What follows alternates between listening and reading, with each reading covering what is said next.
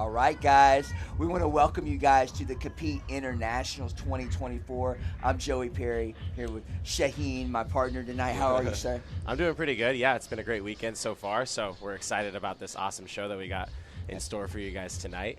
Dude, we have a great show. We have some of the top athletes in the country competing tonight. We just completed the demo team competition and performance to open the show after a few other little underbelt things. So they're going to be getting scored and giving their awards. You hear the crowd going crazy for both teams. We've got a huge freestyle team contingent in the crowd tonight. They are from the area, from California, so you'll hear the crowd go crazy for a lot of those athletes tonight.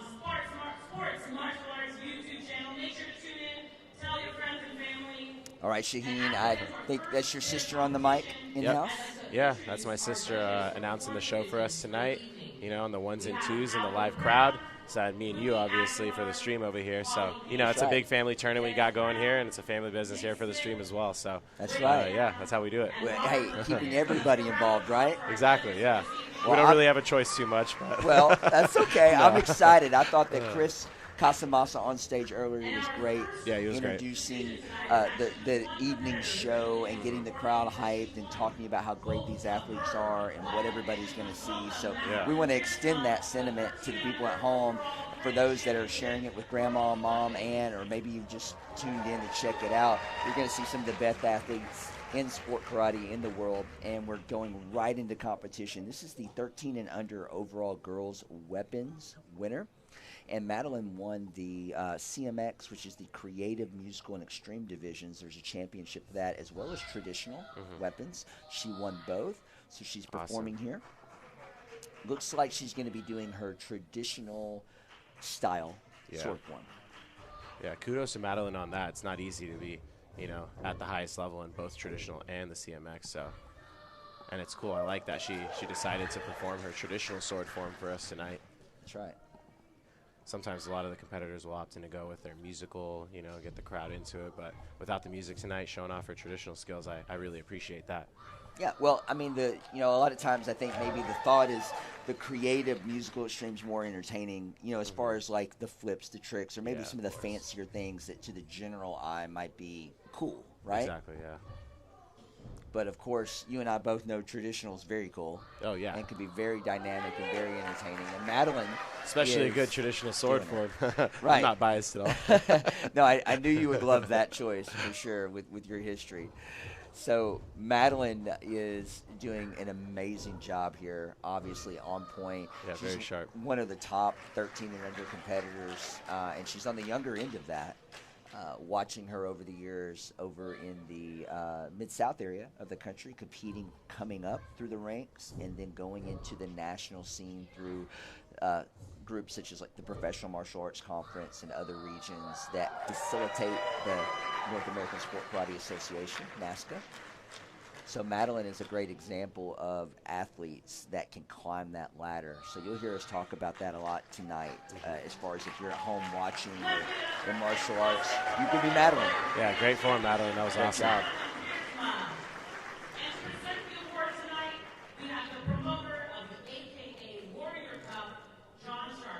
Right. And at home, we will re-announce a lot of things that are announced in-house. We're pretty certain that a lot of the overlay with the mic in-house, you're going to be able to hear some of those, but we want to make sure everyone knows what's going on as much as possible. So, again, Master John Sharkey coming to the stage to present the award to Madeline. He's the promoter of the AKA Warrior Cup. We just had that last month in Chicago, and it was a huge, beautiful, world-class event. So kudos to Master Sharkey and Hunter Lyon for putting that on.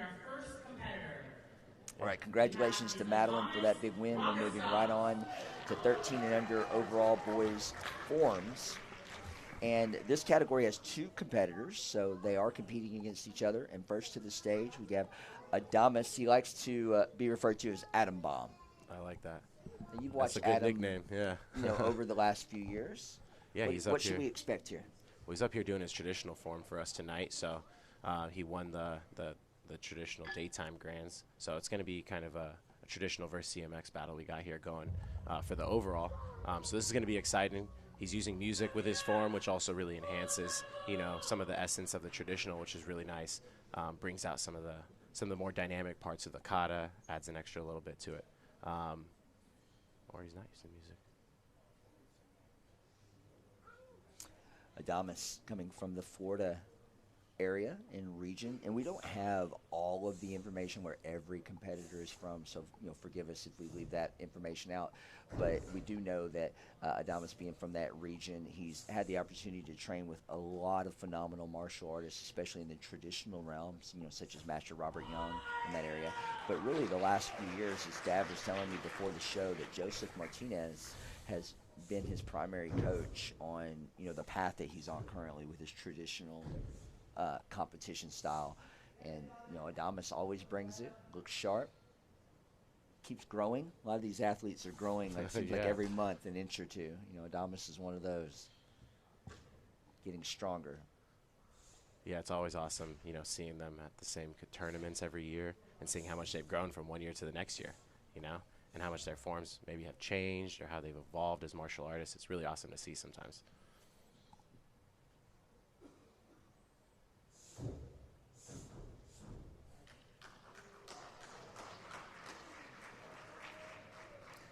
So again, we want to thank you guys for tuning in to the broadcast for Compete Internationals 2024. We will not always talk over the athletes, so just like any good sport, we want to make sure that you enjoy what you're seeing. So music or just the essence of the performance, we'll have a few moments where we'll let it ride and let you enjoy what's going on there. But to be fair, we have an audience that perhaps doesn't always know what they're looking at.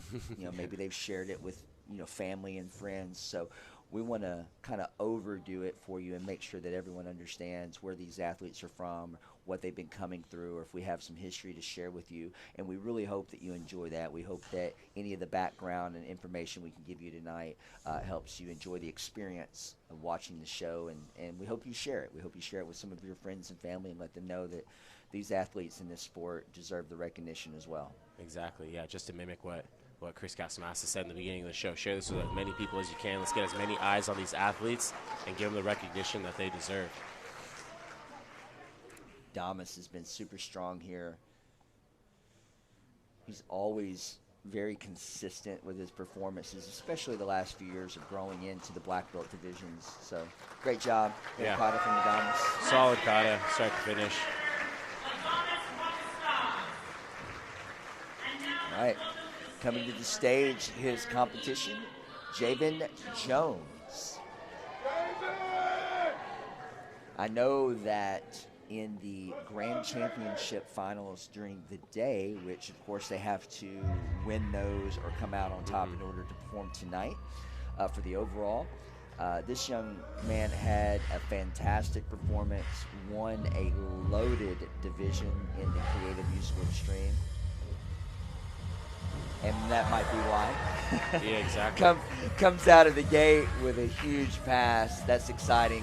All right, so let's see what Javen brings to the table here. It's obviously very different. Adamas had the traditional kata. Now we're seeing a creative extreme form or routine, using those different words to describe the same thing there. Nice little trick pass you got right there. Strong. And again, this is the 13 and under boys forms championship, pitting the overall grand winner from traditional against the creative extreme winner. Nice 540 I like that. Sleeve, very clean. Spin knee. Yeah, Smooth nice. transition out of the trick right there. He's going strong. Ooh, solid standing kicks. I love to see. Right nice. Into a Webster. Very nice. Very nice ending right there from Javen. Yeah, so Javen brought it. That was clean. Getting the crowd into it too. I like it. Yeah, and that's what we were talking about earlier. That music, extreme, creative, tends to get the crowd going because not everybody understands traditional karate, but you can understand the cool, fun flying stuff. So I do even if you don't have a understand martial arts background, it's still entertaining to watch. Right. And still, what Adamas did is very, very impressive in a different way. That's right. That's right. So the competitors are going to be getting their scores right now. And just to give a little background, Adamas won the daytime grants for traditional, and it was between the 9 and under, the 10-11, and the 12-13 winner.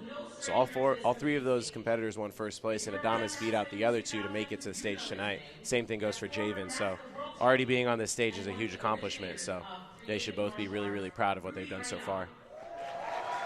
That's exactly right. I mean, if you make it to the stage, you've won and won and won. Yeah, it's You've just had to win multiple levels to make it here. Another step and another step. That's right. That's big. Great job to these young men. And Wow, Rudy Raynon we got on our stage. legend on stage. I didn't even know that was him.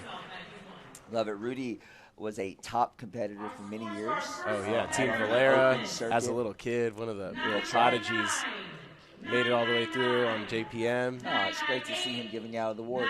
And here we have the judges giving the scores, so you can quite possibly hear in the background her calling those out for the in-house audience. Adamas taking a few nines there. He did. Seems like our judging panel tonight really does appreciate the traditional aspect of everything. That's right. You know, we do got to say that Adamas has been up on this stage year after year after year. He has that experience, and Javen is still a little bit new to that, you know, so congrats to Adamas on taking the win tonight. It's a big win. That's a big win. Big win. So the traditional comes out ahead on our first head-to-head championship there. So Adamas, the Atom Bomb, comes out as your overall champion for the Compete Internationals 13 and under Orange Boys Championship. Yeah, a picture with the legend right there. They got to save that one. Yeah, I mean, Rudy Raynon, again, the presenter there, he is a legend, and I always enjoy watching all of the Team Valera people. I competed against John in my era, and I have plenty of second and third places to prove it. He was fantastic. Now we're moving into our 14 to 17 overall girls forms division. That's right. First we have Sophia Rodriguez Flores. That's right. Sophia is definitely no stranger to the stage, and she competes in many different divisions throughout the event. She even fights. Is a great fighter for her age group. Great, well-rounded martial artist. She also won the Grand Championship last weekend in Memphis, Tennessee. Oh, wow. Memphis Open. Awesome. Little plug there. Little personal note Heard there. it's a great tournament. Haven't been out there myself just yet, but I hope to be there one of these years. I hope to get you guys out there. I'd love to. I've never been to Memphis myself, so. Memphis is a cool city. A lot of great culture. I've had Memphis barbecue, like sauce, but not actual Memphis barbecue. Well, you will enjoy it, I promise you. We'll come back to that. That's funny. I promise. So, yeah, Sophia has had that the last couple of years. She's been to Memphis and won, and also put on a great seminar. So what you're watching here with her music, very dramatic performance with her traditional routine. I'm going to let you guys enjoy that for the next few moments. Yeah, Sophia does a really, really good job of choreographing her traditional forms of the music, and brings out an added element to it as well. But here we got another classic CMX versus traditional head-to-head, just like we had in the last division. We'll see how this one pans out. That's right.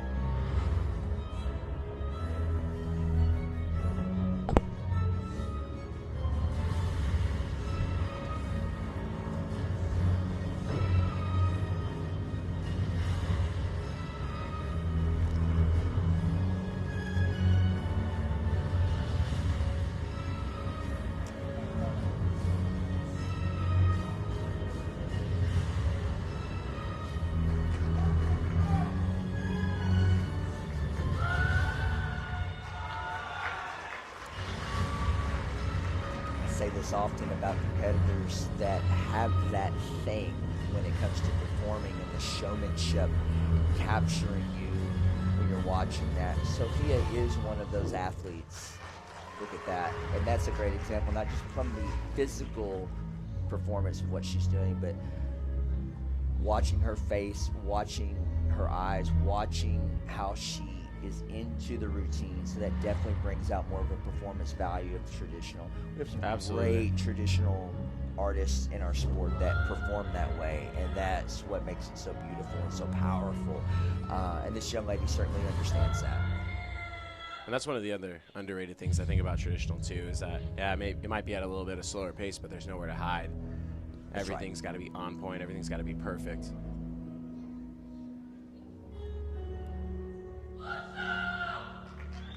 All right. Another great performance from Sofia Rodriguez Flores. She's out of Florida area. Another Florida athlete. That's right. Florida representing tonight. All the way on the other side of the country. That's right. Other side of the country. Our next athlete. She's also no stranger to the stage or any of her family. Nope. And deserve like no other. They work so hard. A great young lady here. She's also traveling, doing a lot of seminars lately, and a highly sought after young instructor. This is Miss Avery Presley. She represents Team Paul Mitchell, and she's out of the Lebanon, Tennessee area. She will be performing creative extreme form, so that will have a faster flow, mix in some of the flips and martial art tricks. So we'll see what the judges think and how Avery performs. Here we go. Beautiful. Right into axe kick, aerial. That great combination. Super smooth. Yeah, very solid hand techniques. Everything's super clean. Yeah, Avery's gotten even faster and cleaner over the last couple of years. Yep. I think as she's grown, everything's starting to come together and looking stronger than ever.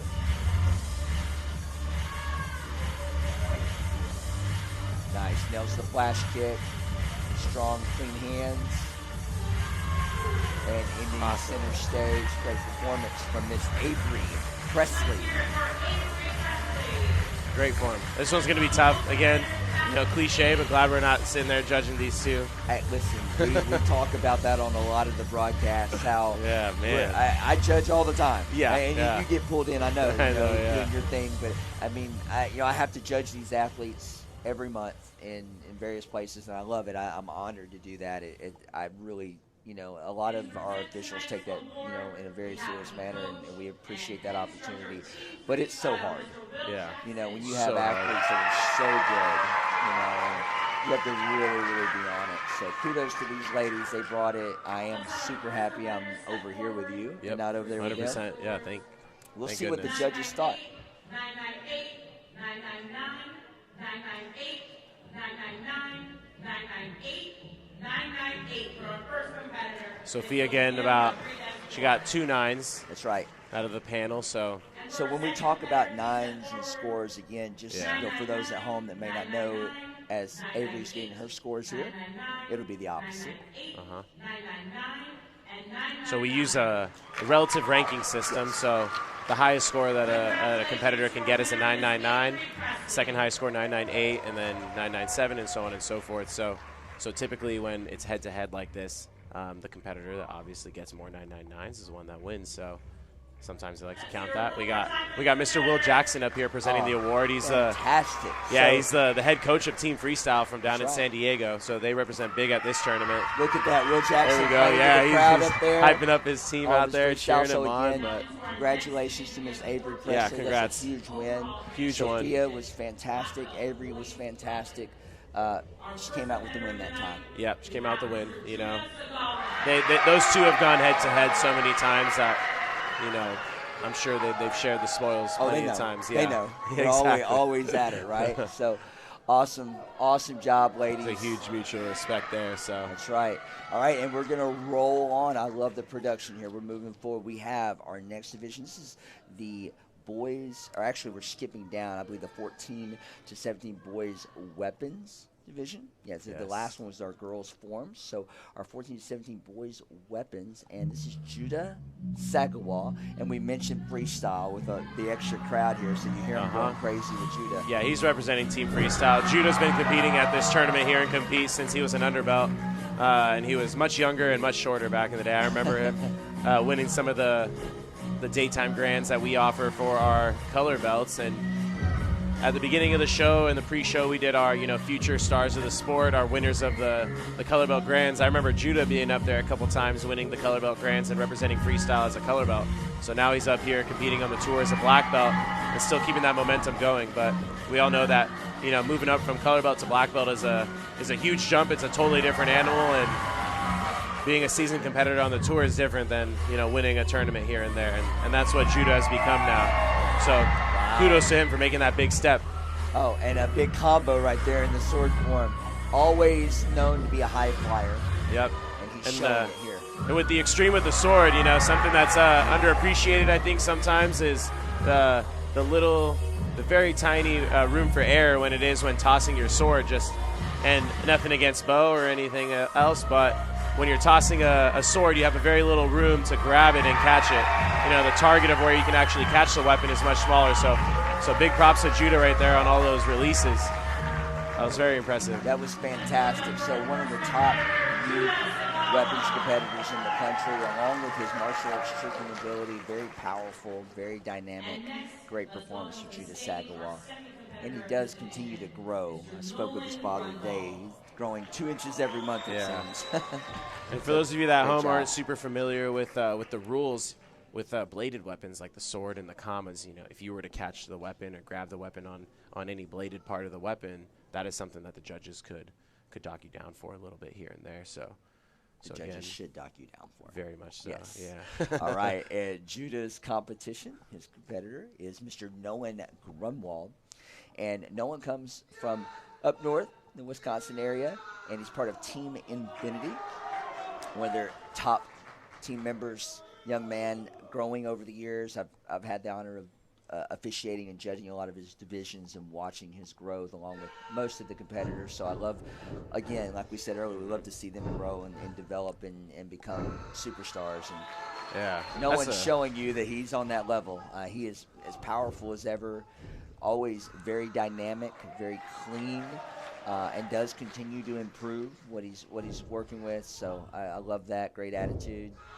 Yeah, this is one competitor that I noticed. Me personally, you know, I started a family in the last couple of years, have my own dojo, so I haven't been traveling as much to all the tournaments. So a lot of the times I see all these competitors is here at Compete, or last year I ended up, you know, traveling up to Toronto and judging. And I was judging in Nolan's division, 16-17 boys division, and man, that division is competitive. So you end up on stage and winning grands out of that division. You know, big props to you, but it's also crazy not seeing some of these guys for a year or two and then seeing their growth. That was huge, but very, very solid traditional bow form for Mr. Nolan right there. Yeah, fantastic from Nolan. Great job. Got to see a little bit of that earlier with some of the runoffs, so I expected this final between Judah and Nolan to be amazing. And that's the thing, too, about the weapons, is, and you'll notice the difference between with the weapons grands that we're going to be doing and the forms grands, is that the pace of the two forms, whether it's traditional or CMX, is going to be a little bit closer together than it was for the forms divisions. Yes. You know, so while judo was doing a little bit more tossing and releases and the tricking movements in his form, Nolan still at the same pace and power, but focusing maybe on some more of the cleanliness with his strikes or the stances or the solid stops, things like that. So the gap is definitely, from a viewing point, not as drastic as the forms divisions. Well, which makes it even harder to judge, right? It does. It does. That's why I'm like, hey, you're absolutely correct. It does make it harder.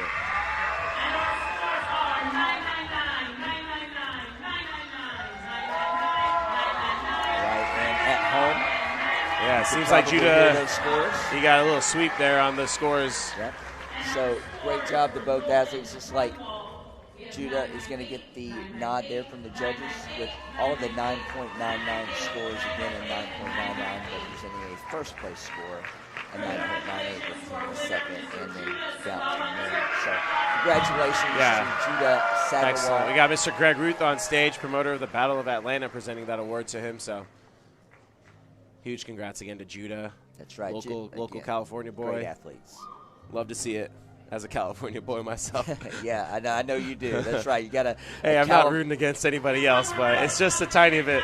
That's okay. A tiny bit, a little better when I see our California repping up there on stage. Yep.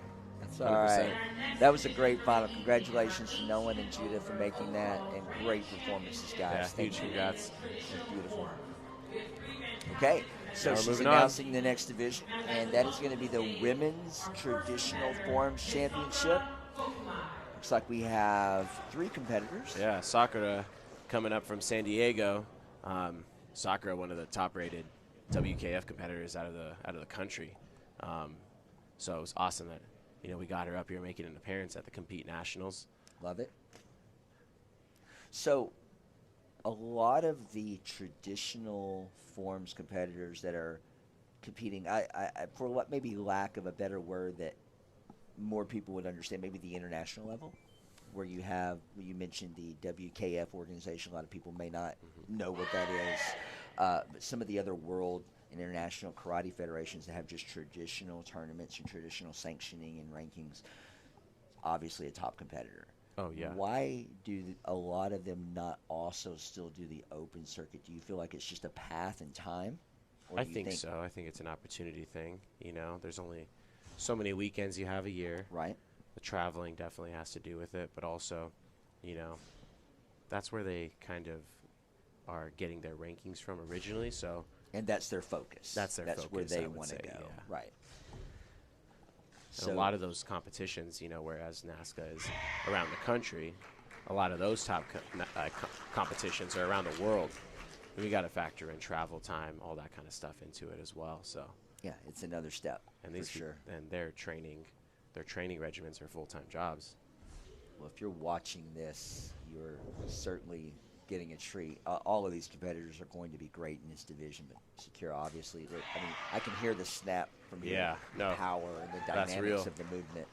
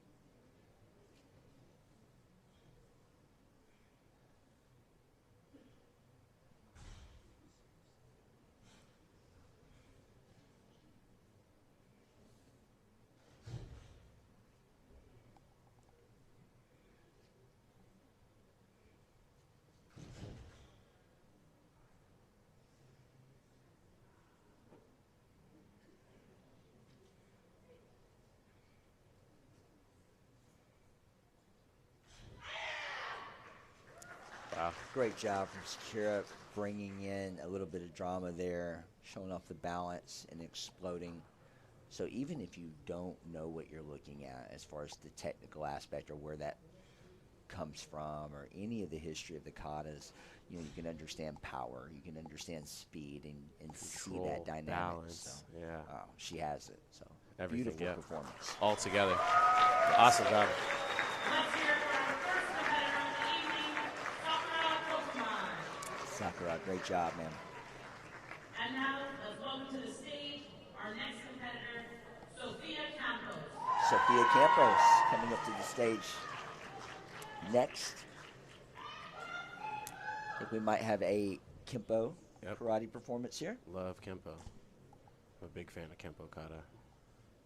I don't have a note on that, but based on her entrance and uniform, I'm thinking that might be what we get. It's usually safe to say when they come out in traditional division with a black gi and the bout.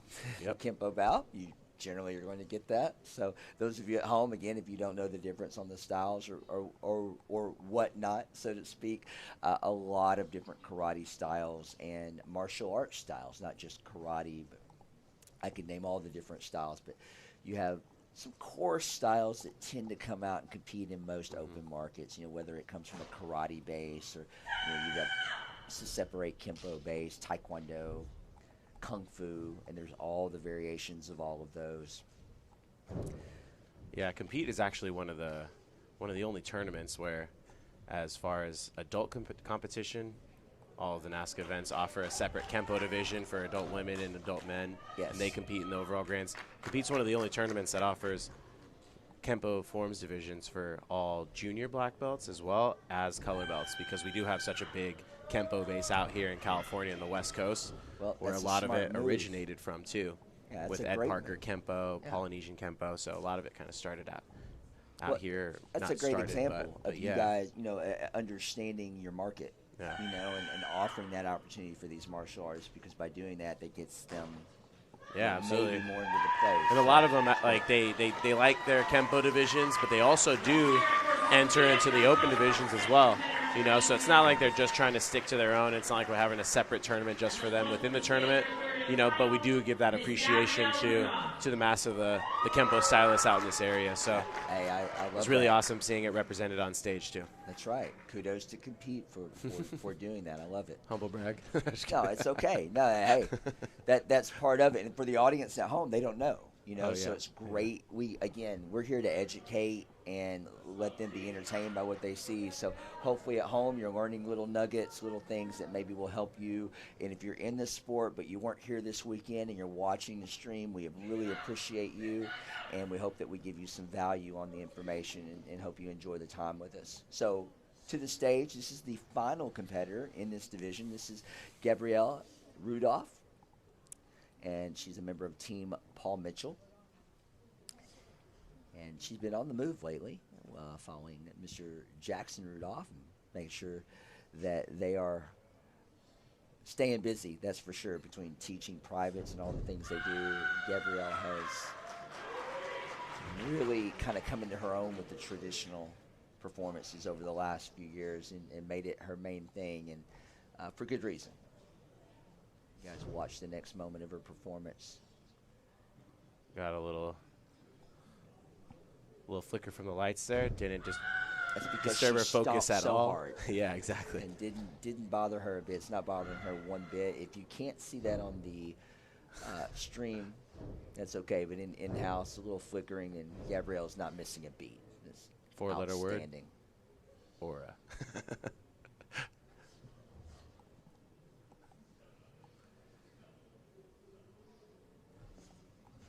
I love this variation of the form that she's doing.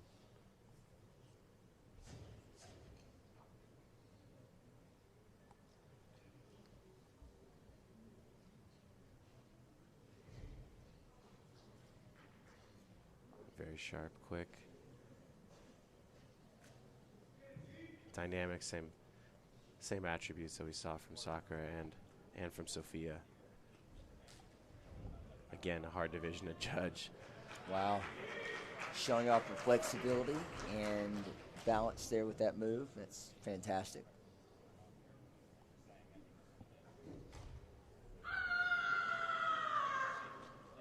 Gabrielle always does a fantastic job of having, we talked earlier with Sophia's performance about the stage presence and capturing the audience a little bit, and gathering the eyes to you.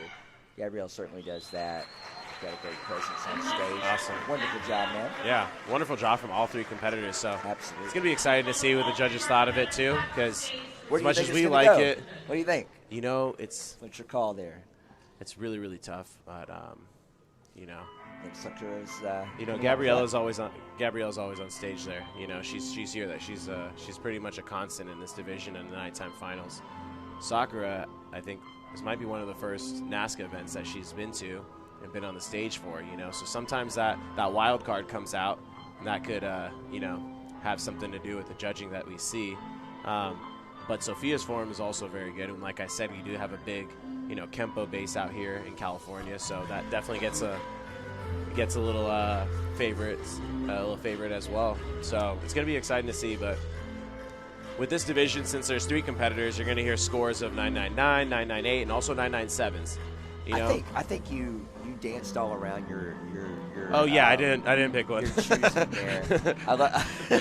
Ladies and gentlemen at home, you just heard Shaheen put on a seminar on how not to pick a winner. I love it. That was okay. Hey, okay. I'm not good with this. If I could pick all three in every division, all two, give them all an award, let's do it. No, that's great. Soccer was great. That's not how competition works, unfortunately. No, I understand. That's not what they're here for. Oh, we got a special presenter on stage here for us. We do. Do you know her? I do know her. She puts up with me occasionally. Miss Holly Ham is on stage. She's just off the screen there. She's going to be giving out the award. She's a promoter of the Destin Open and the president of the Professional Martial Arts Conference, otherwise known as PROMAC. and also my better half. Makes me look Aw. good. Yeah, she makes me look good. She is, and not only all that, but she's also one of the best officials in the game. She's a great official, yeah. She works super hard. We have a great officials program over the years, and Holly's been instrumental in helping implement those things. And she's great and always fair, works hard, makes sure the competitors get the most out of their moments up there. Yep.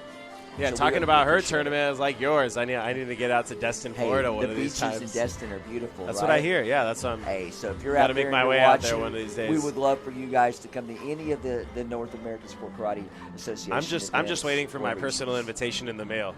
So one of these days. Shaheen is invited. You're invited. Everybody's invited. Hey, let's all meet out there next year. Yeah, sounds good. Come on, come to the Tournament on the beach. beach? and hang out. Yep. That's right. That was a great plug. Thank Can't you, be too sir. bad. All right, so as we roll into the scores for the ladies here, a couple off, right? Yeah, I think I might have miscounted. It was might- either 3 or 4 9s in there, so it's hard to tell. Yeah, so forgive But us. Sophia could steal one of the 9s here too, and that could throw it off.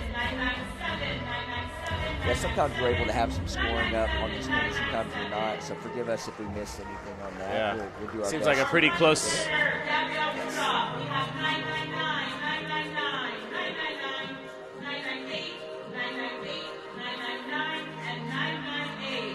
So Wow, Gabrielle very pulls close. 4 of the 9. Looks like it. That's going to be a win. Wow, look at that smile on her face. She knows. I'd be smiling as well. Yeah. I mean, listen, she had a beautiful performance, obviously one of the top of the game. And as you mentioned, with Sakura jumping in, that's a huge win in the traditional game for her. So congratulations. Yeah, just what the announcer said. Not sure if you guys heard that there, but Sakura actually represented the U.S. at the Olympics back in Tokyo for karate. She was the How awesome U.S.'s is that? representative. Yeah.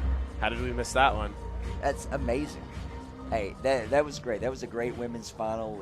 Great diversity. Being at the there. Olympics is Oh, my select few goodness. already, but for the one time that there was karate there, as far as we know, karate's not coming back, unfortunately. But Yeah. man, wow. that's an elite group of competitors there, and Gabriella took the win tonight. So big congrats to her. She is going to be dancing all night for that. Oh one. yeah, that's what the big smile on Awesome her face job, was. Gabrielle. Congratulations on that. Love it. Is Miss Melina Pesci. All right, so Looks like we got one competitor in this division. She swept both of her divisions. our women's senior next grand. Yeah. Oh, I think we have a little bit of a music miscue there.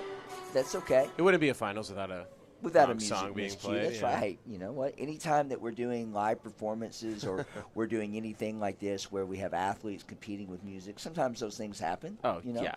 So it's okay. But again, at home when you're watching, we will talk and we'll be explaining things, but we also want you to hear the music. We want you to see the performances and feel that energy. So sometimes we'll die out and sometimes we'll come back and hopefully All right, she's the back. music cues are Hopefully, we good, got the right music right? this time. Yeah, we hope. Awesome. All right, so I expect a great performance here. And that shows you it's not just background music for these competitors. You know, Yeah, they no, have they their have choreo. Oh, yeah, exactly.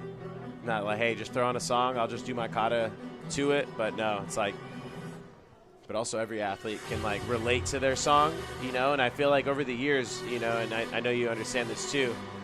There were certain competitors that you knew, and you associated with their songs. Like you could hear their songs separately, and you're like, oh, that song reminds me of that form.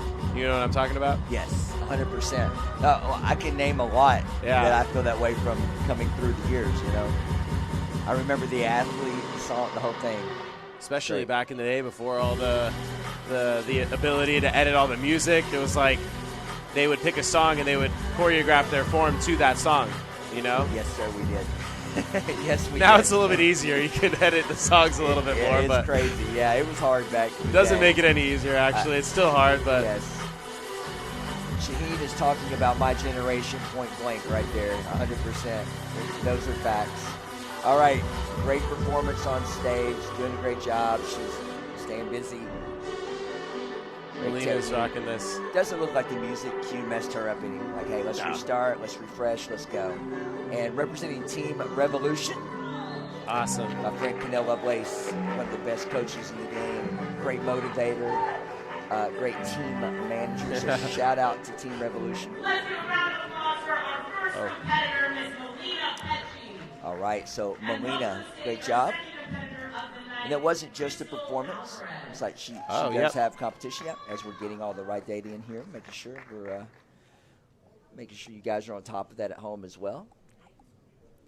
All right. So looks like we may have a creative nunchuck form representing the Chuck Norris Association. Very cool.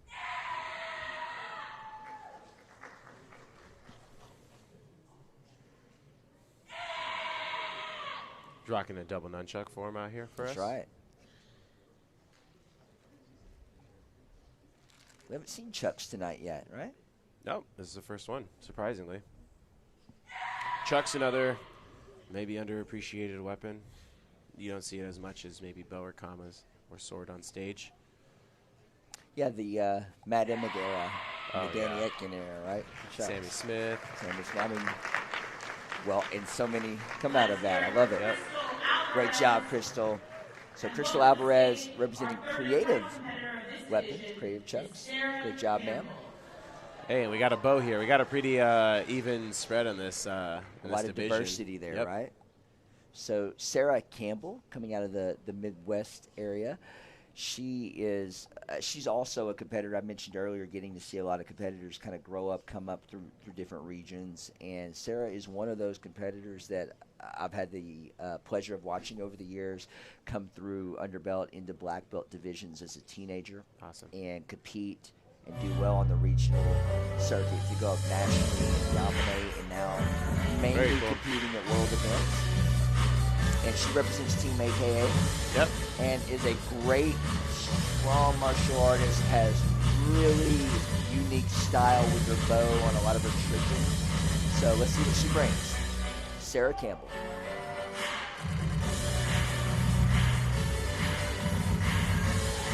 Very clean opening. Throwing the aerial. I love it. Love the high side kick. Standing kicks. Don't see him too much. No, that's right. She got it. Nice.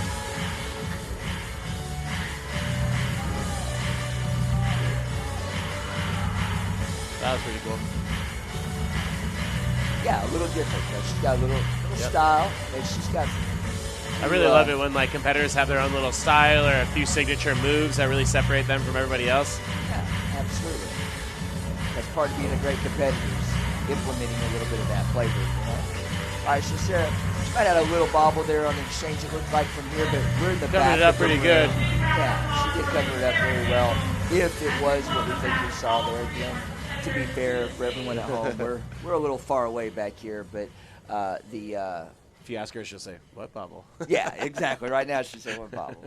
Maybe afterwards, she'll like, "Yeah, I had a little mishandle there," but it looked great. She had a great performance, terrific, and really, a lot of times, even as a judge, I'll tell you that depending on the angle of the competitor, if they have a misgrip or a mishandle, sometimes you don't see it, or sometimes you miss it depending on your angle or if you looked at something. So it happens.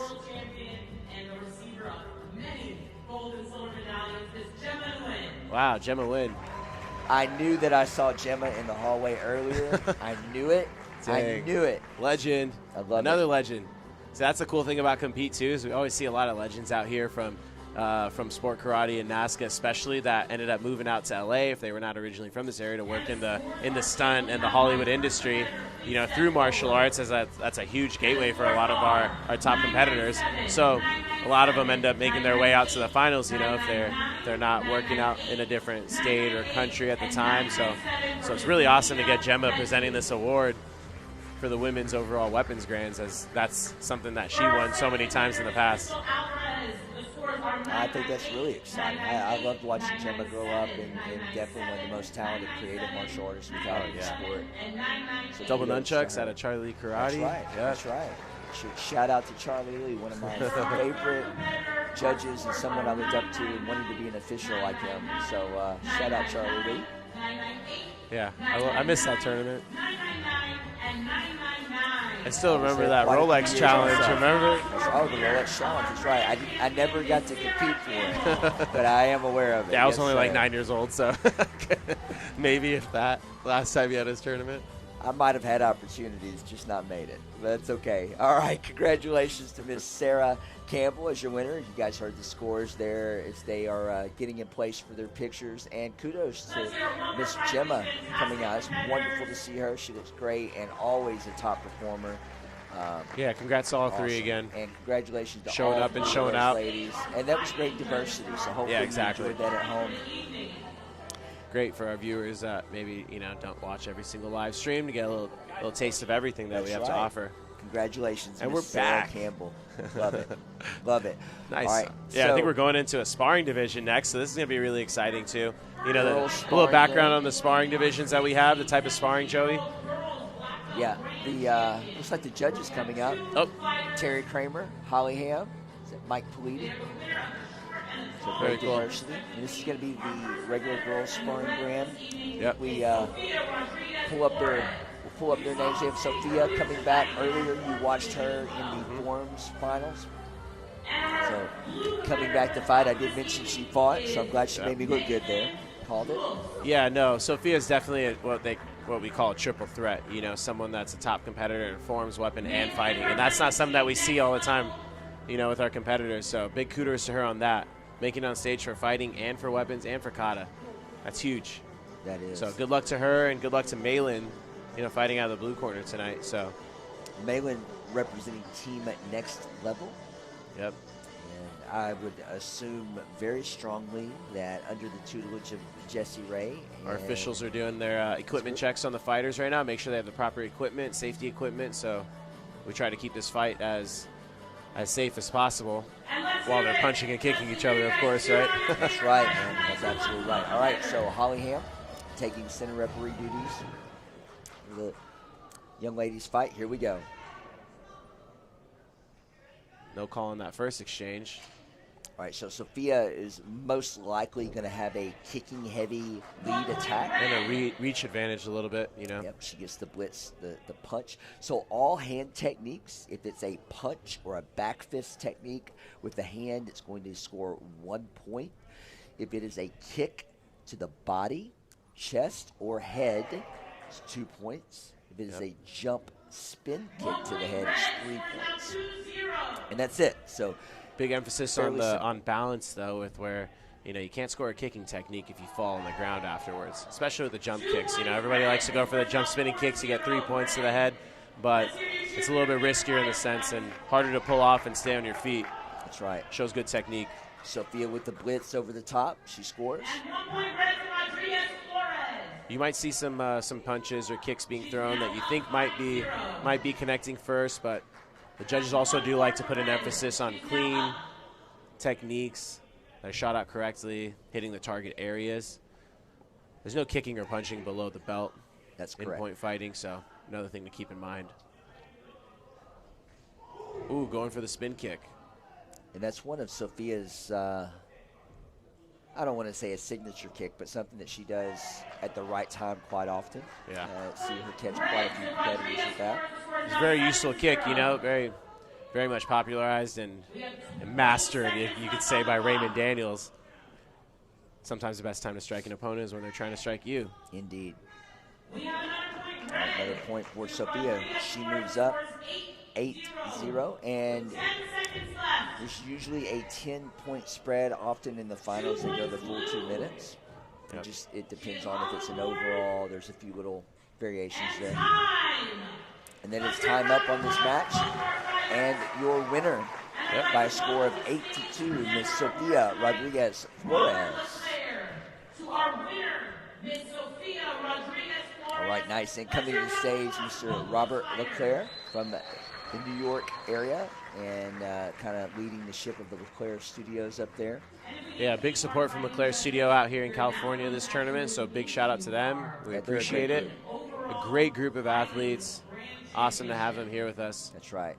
And he was a great official for us as well. So yeah, Robert, Mr. Leclerc does it all, and their team's great. And congratulations again to Miss Sophia for winning that fighting grand. That is fantastic. Yeah, huge congrats. We're Big gonna have time, some right? more fighting for you guys later on in the event tonight. We have women's overall coming Yeah, up. right now actually. So Right, you don't have so- to wait too much longer.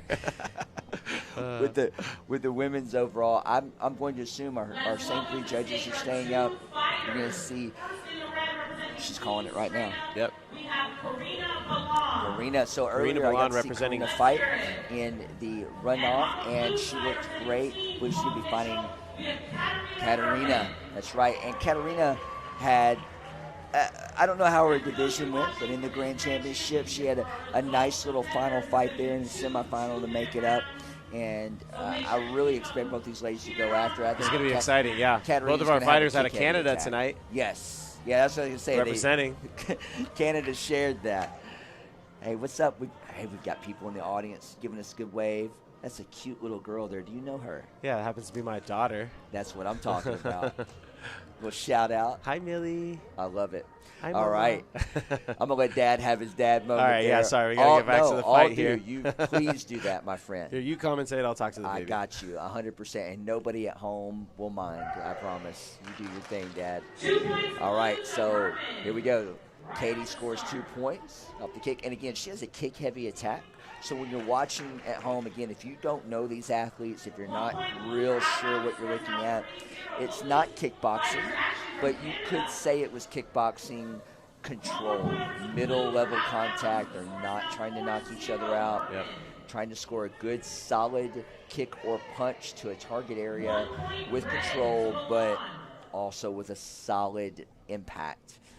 So it has to be meaningful. As you mentioned earlier, talked a little bit about that and how the judges look at different scoring techniques. Yeah. So maybe what they see at that angle, how it looks. Yeah. From experience with fighting, and you know this too, Joey, there's definitely advantages of being the taller fighter and advantages of being the shorter fighter. From my personal experience, I always hated fighting shorter fighters. It made it a little bit harder. Fast. All right. So score is 5-2, Katarina, and she's in the black and white Paul Mitchell uniform. So when we mentioned Katarina Herman, black and white uniform. And Karina is in the black, gold, and purple team straight up, coached by Joe Greenhall. Looks like she got 6'2". world champion Bailey Murphy in her corner tonight. I love that. Ooh, good body punch underneath, but Yeah, the judges she saw the Katie back reach fist. up top, but Yeah. Karina came right underneath, very quick. That was nice. The score is 7-2. And again, as they exchange, depending on the side the judges are on or who they felt scored the point first, what you see at home might seem a little different.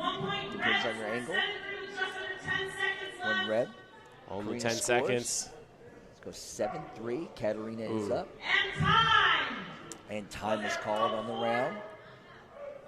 No confirmation on the call at the buzzer.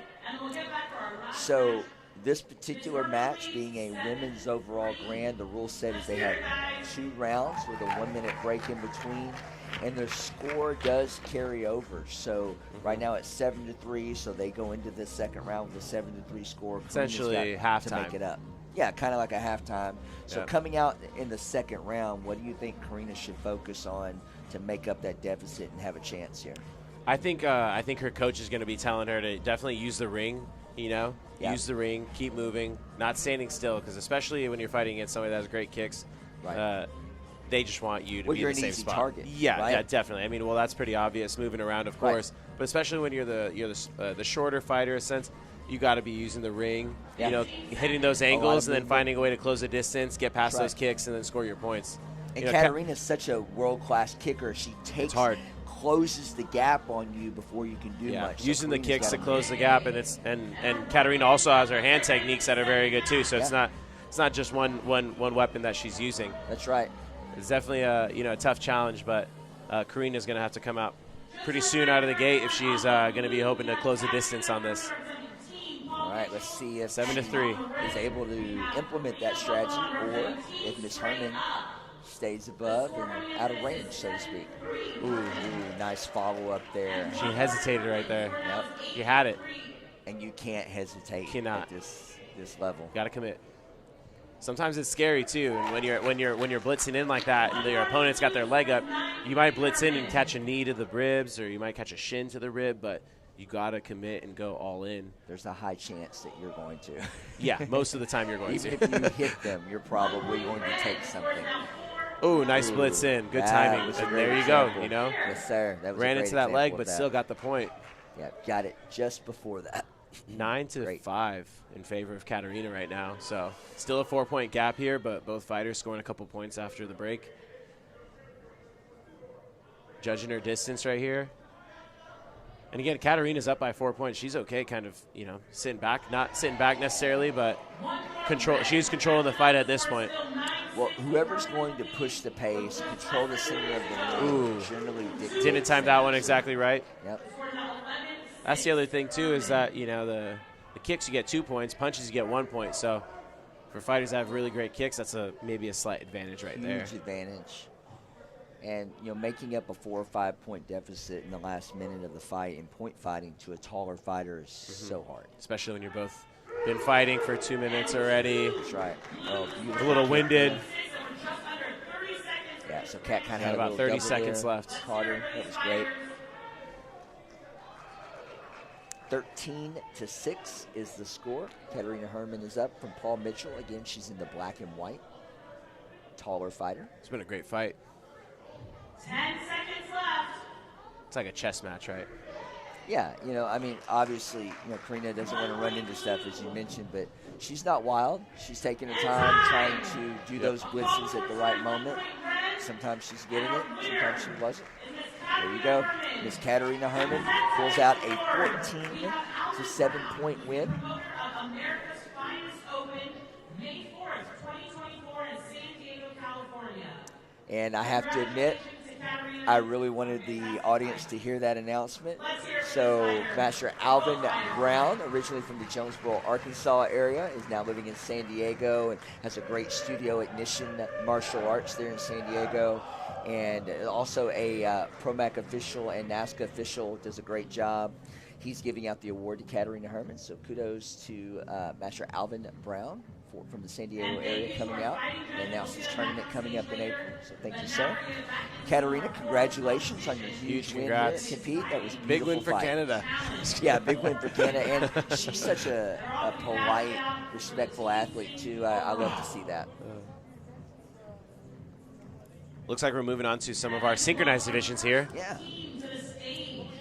Now, this is really a division that over the last few years has seen some growth, and not just with people participating, but what the division is. Yeah, definitely. So we got a mix of styles in here. Weapon synchronization, traditional sync, creative sync. So there are multiple divisions now of, and when we say, you know, the synchronization of forms and the athletes. And each of them have their own challenge, you know. Yes. With the CMX forms, you know, they're moving at such a higher pace, so it's hard for them to keep up with each other. That's right. And stay on point, and especially when they incorporate tricking into it. You know, two people, maybe slightly different builds or heights, trying to do the acrobatic movements. You know, one person might be higher up in the air, spin faster. That's a whole different, challenge in itself. But when you're going into the traditional sync too, even though maybe they're moving at a slower pace of form, all the movements are so sharp, and again, less room to hide. So everything really, really has to be on point with this. Agreed. And everything looks on point so far. So That's right. We have Gabrielle Rudolph back on stage in her sync partner, Samuel Diaz from the New York area. Representing Team Paul Mitchell. That's right. See, and right here, they're varying the form a little bit so that they turn towards each other, cross paths, instead of just doing the exact same form next to each other. So when we say the form, or sometimes we use the word kata, most of them have names. Yes. Most of them have some type of history or lineage to them. Some don't, but in the traditional realm, most do. Mm-hmm. So this particular kata, are you familiar with this particular kata? This form is Anan, yeah, and they've been doing mostly everything about the same, but that part side to side was really cool, how they kind of, instead of both going to the right first, they went in opposite directions to kind of add a little bit of variation to it. And that's something that they can do in the sync division, but maybe they couldn't do in the traditional challenge division, where in that division you have to do the form exactly the way that it is performed with slight variations. Correct. In style, but yeah, it's great to see a little bit of diversity there when they have the opportunity to do so. Great job from those. And this is the first time I believe they've competed together with us in this way. That's a great place to start from. So why not? If that's the first time. We can't wait to see the 50th time. Yeah, I love it. I love it. Those are two world-class athletes and wonderful people. Great performance, great presentation, great job. And we have a little bit of yin and yang here because we had empty hand. So now we have the Molinas. This is Cody and little brother Michael. Showtime. Team Showtime. Yeah, Team Showtime. And they're doing a weapons.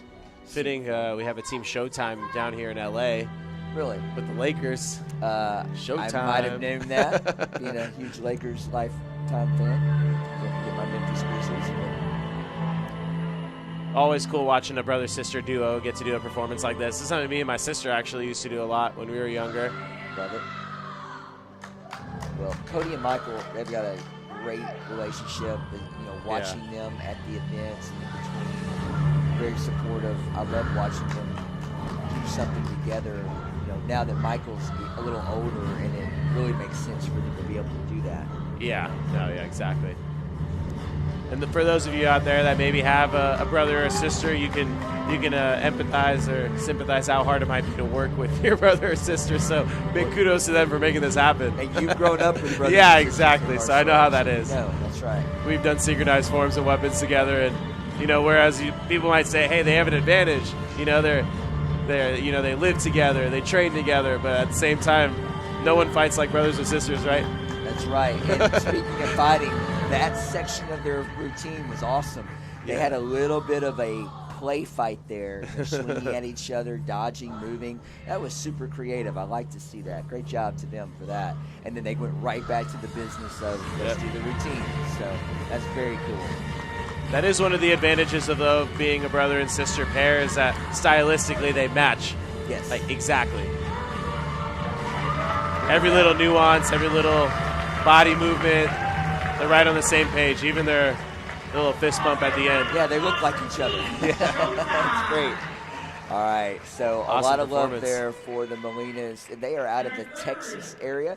And by the way, a little shout out, their parents are the promoters of the Texas Revolution and the Austin Open tournament. They are NASCA 1A rated events as well as ProMac, Professional Martial Arts Conference events. So kudos to them for supporting the sport in many ways. Great job to the kiddos. And next up, I believe the third and final team. We actually have 4 teams up here tonight, so make sure that we've got that right. Looking at the list, make sure everyone at home knows as much as possible as to what's going on. Now we got a CMX form. So first one we had a traditional forms, then we had a traditional style weapons. Now we got a CMX forms. So these guys are mixing in the creative and extreme elements. Obviously the music. So their choreography has to also play into the music at some level. That's kind of what I was talking about earlier right there. Choreographing jump kicks and acrobatic flips like that. Very hard, especially when everybody has their own way of doing those sort of things. So to be able to jump and land the tricks at the same time, it's very hard. That's right. Great job from Team Cyclone. Good job, guys. One more round of applause for Team Cyclone.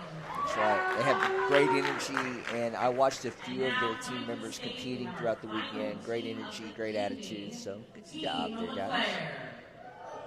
All right, our next team, Team LeClaire. We talked about them just a little bit earlier when their master instructor was up giving out an award.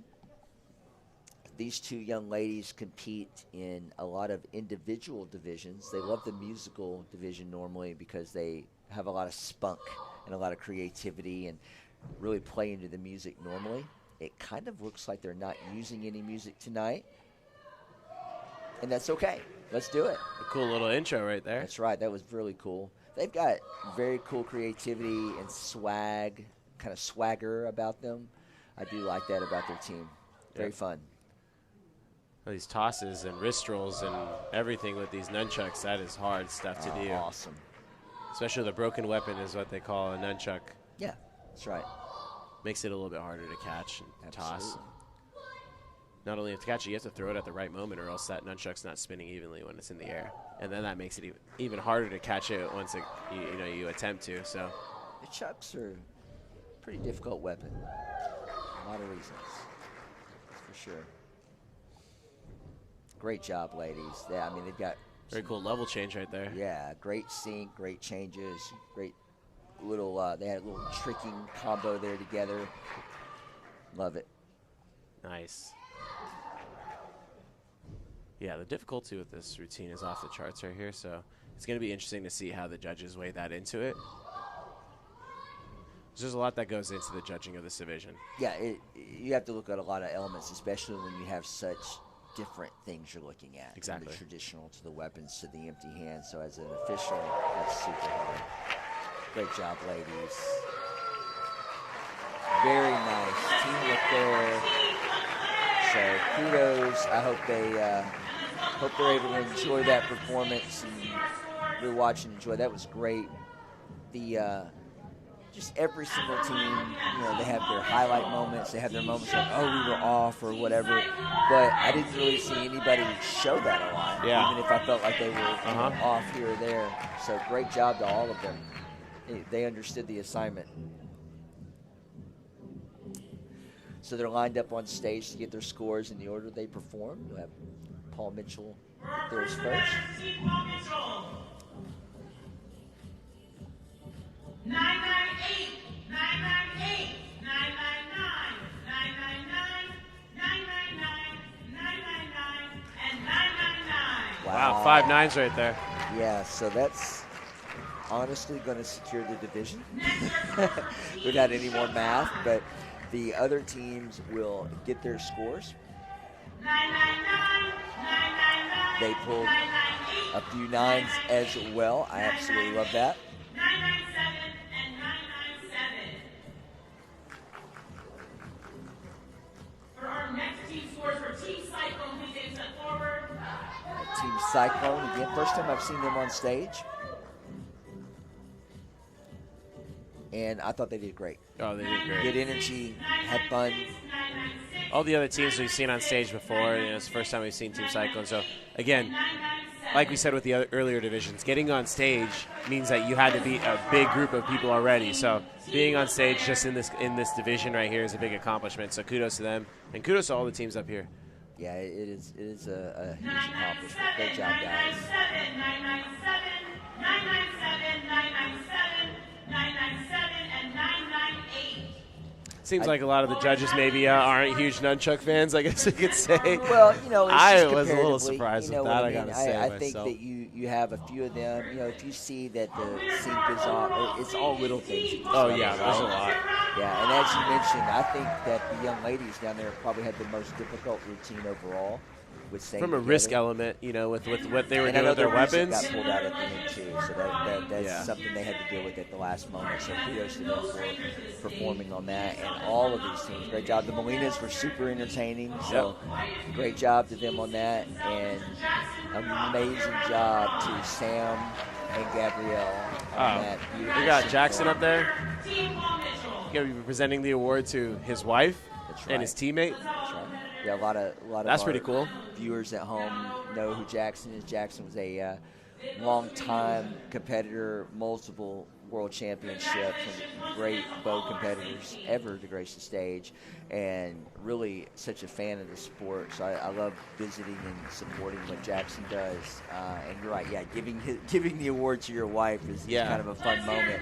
I would like to know how many times that's happened before in the history of the sport. I can't say it'd be Maybe too a many few, but times. not a lot. Yeah. That's awesome. I can think of a few combos, but not a lot. You're right. It's not as common as we wish it was. So Right. great job to everyone. Awesome performance. Nice. All right. We're getting into a cool division here, and I got to say that one of these competitors happens to be my brother. So if you hear a little bit of biased commentary here, I'm just kidding. No, I'm going to try my best not to.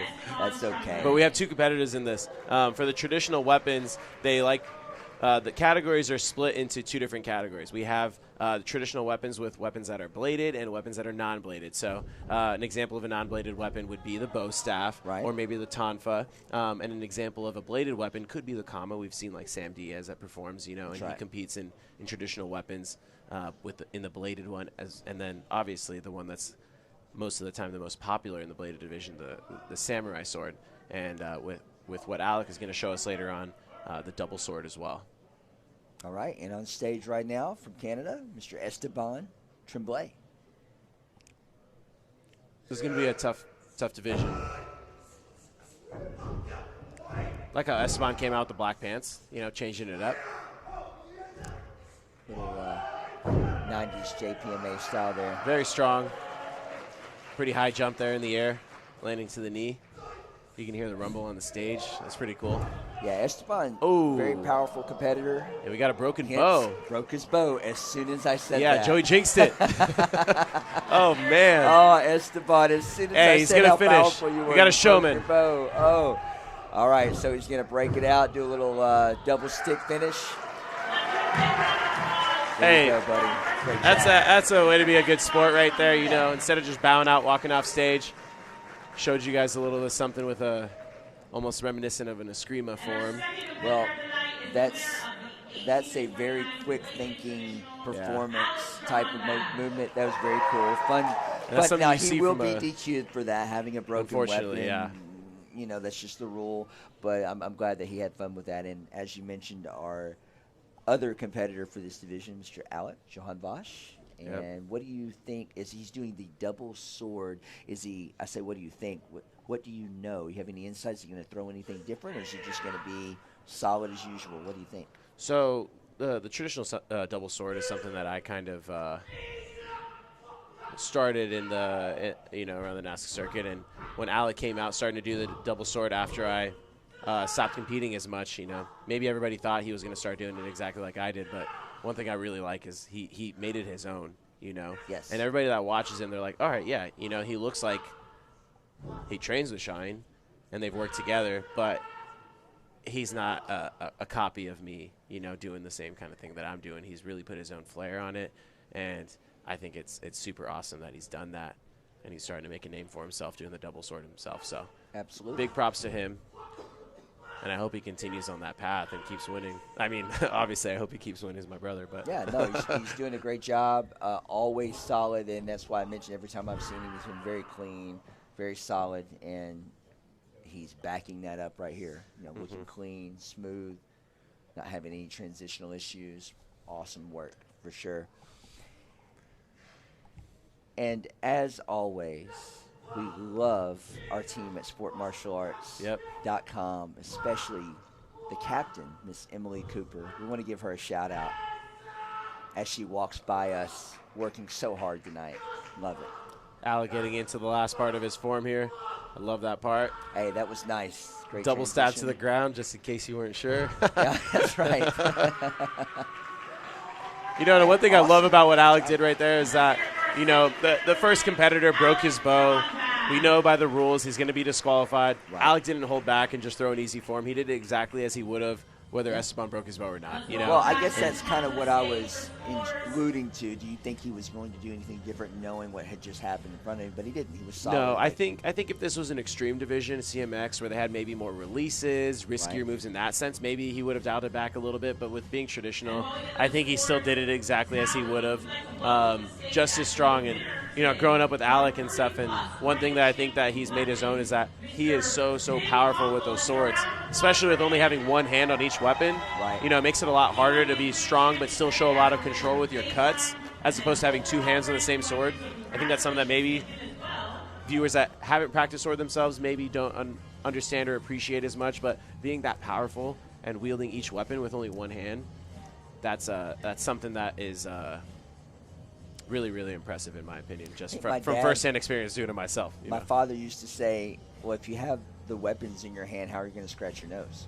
Yeah, I don't know. Well, the short sword, is a great back scratcher. So a little bad dad humor there from us. You're right. The short sword could be a great back scratcher. I'm not sure if your father would agree, but maybe he would. I'm not sure. You got to do what you got to do. Esteban getting 9.5s across the board there, throwing a cool little Webster for fun. Well, I always love his performance swag, so Esteban does a great job with that. Hey, congratulations to, congrats to Alec on that one. To Alec on the big win there. Huge traditional overall men's weapons winner. Nice. Great job, Alec. That's right. All right, these teams walk by us. Great job, guys. You bet. Dinner's on Alec tonight, I guess. Yeah, dinner is on Alec. He gets some cash tonight.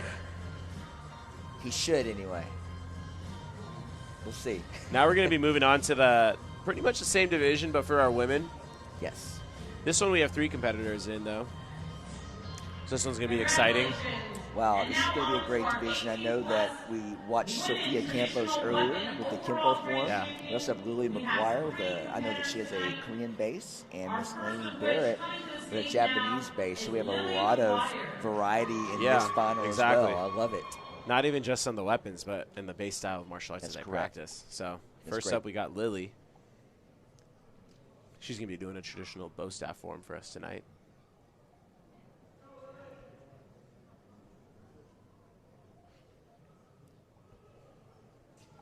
And again, at home, when we have the moment for everyone watching at home and fans and family of some of these athletes performing and team members or other competitors that didn't get to make it out this weekend, make sure, if you would, please share the stream, encourage others to watch and rewatch. And also, if you have any other little notes about some of these athletes, we love to see them in the comments. You guys could share and throw that out, as long as we're being positive and uplifting. Yeah, I was like, only good stuff, please.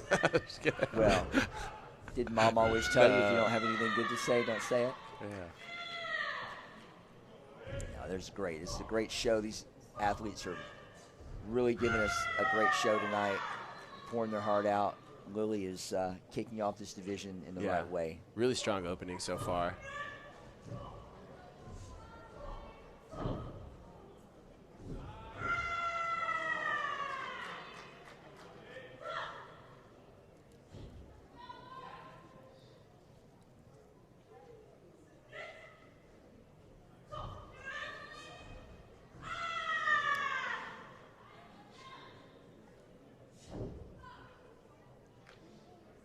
Great showmanship and dynamic here, slowing the kata down. Very nice. Awesome high side kick right there. Strong ending to the kata. Great job, Lily. Let's hear it for Lily McGuire. Coming to the stage next, we have our second competitor, Lane Barrett. All right, so Barrett. Lainey Barrett coming to the stage. I also have knowledge that Lainey may have been grand champion at the Memphis Open last weekend as well for the adult May or division. may not have been. Correct. Were you there? I was there running that. And Lainey, to really set that up for her, it's actually a kudos to her, because she was injured. She had a leg injury and was out for more than the last 12 months of competition. Oh, no. And prior to the injury, she was really winning, doing well, like on it. That happened, but she rehabbed, worked hard. She's known for her fitness and working out, sharing that. You're going to see the power and dynamics right here. Yeah, very strong and sharp. That's really hard coming back from an injury, especially to your legs. Absolutely. In martial arts, all the stances and everything we do. I mean, any sport, really. That's your base. It's your foundation. So. Oh, yeah, and to go through surgery and go through rehab and all that, and then try to come back and compete on the top stage. It's almost like they got to relearn how to move after that. And have confidence in that movement. Yeah, confidence in your body that you're not going to hurt yourself again. It's a big thing. Well, great she looks job. like she's got a lot of confidence. Lainey's full of that and a lot of fun. She's a great competitor and a really fun person. I've had the privilege of being around her a little bit with some of our ProMac Texas events that she really supports and judges and competes. Awesome. So, again, she gives back to the sport quite a bit. Love to see that. Oh, it's awesome. Win or lose, I love to see people giving back and contributing. Great job, Lainey. That was super strong. Yeah, that really should, and that's another really cool thing about our sport in general is that you're not in it for yourself. Well, you see a lot of our adult competitors that are coaching and giving back, whether they're judging, whether they're coaching, teaching private lessons, doing seminars. They're always giving back to the younger generation and really setting an example for them to look up to. So that's awesome. It is awesome. You know what else is awesome? The fact that Sophia came to the stage not to present Kempo. Yeah. This is distinctly different. Yeah. I love it. Just a little bit. Just a little bit. So it looks like we're going to get a Kung Fu, Soft possibly style. Wushu-oriented weapon form. I don't want to speak before I see it, but A little broadsword looks like action here. It's pretty close to being correct there. Here we go. Ooh, very good balance right there, landing in a really nice stance.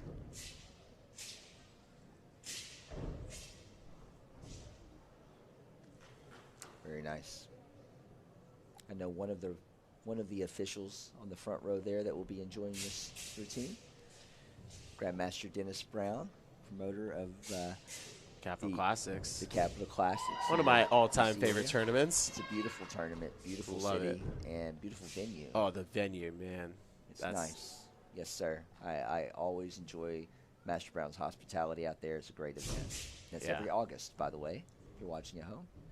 Yeah, I always have fond memories of that tournament, too. I got family in that area, in the DMV area, so, that was always nice as a kid. And still, even recently, going to that tournament, also making it a family trip, getting to visit people that you don't get to see all the time. So, for personal reasons, his tournament has a special place in my heart. Yes, sir. I feel a little bit. And they have a Nando's chicken. Oh, they have the chicken place. I got you. All right, good, Sophia. Campos, great job. That was beautiful. So thank you, ma'am, for, I'd say proving us wrong, but coming out and surprising us, really, with what you were performing. So great job. I love Again, that. huge variety in this division, right? I love it, and that, doing these shows more and more. I love the surprises. When we have what we think we're going to see, or we think someone's going to do, and then they come out and remix it, or something's different. I actually really enjoy that. I hope the audience enjoys that diversity and Absolutely. enjoys those moments as well. That's We really got cool. Terry Kramer on stage presenting this next award, which is awesome. Terry Kramer, I look up to him. He's one of the promoters and one of the main NASCA officials. He's one of the only ones that still gets out there and competes, himself. And I think that's an awesome way to set an example for the younger generation, and show them that when he is judging, he's everything that he's telling these competitors, he's judging them on, he's putting it into practice himself. And that's one thing I admire a lot about Mr. Kramer. I love that you gave a shout out to Master Kramer there. He's from the St. Louis area. And he holds an event there, has a studio, All-Star Karate in St. Louis, which is only a few hours from where I live and have been my life. So very familiar in my region with Master Kramer, and everything you said about him is spot on, and one of the top officials in the game. Loves the sport, loves to travel, loves the people, even after being decades upon decades of a champion himself, and back-fisting people back into the 70s whenever he wants to. Great fighter. He wouldn't appreciate you saying that. Oh, he would tell you. He would tell you. He's like, I love the back. No, I love Mr. Kramer. One of the only people I see competing with tonfas. Oh, he know what I mean? That's correct. Everybody always asks me, what's your favorite weapon? And I say, I don't have a favorite weapon. I have a least favorite weapon, and it might be the tonfas. Not very easy to use. He likes them, though. He likes them. Yeah. Very underappreciated weapon. Maybe not the flashiest or, the best for, performance value, but definitely one of the hardest weapons to use. Yes. So as we're giving Master Kramer some recognition there, the competitors getting their scores. We got a good variety in the judging here, and we don't have a clear winner. That's right. Like we did in some divisions, so that's really good. Good to see.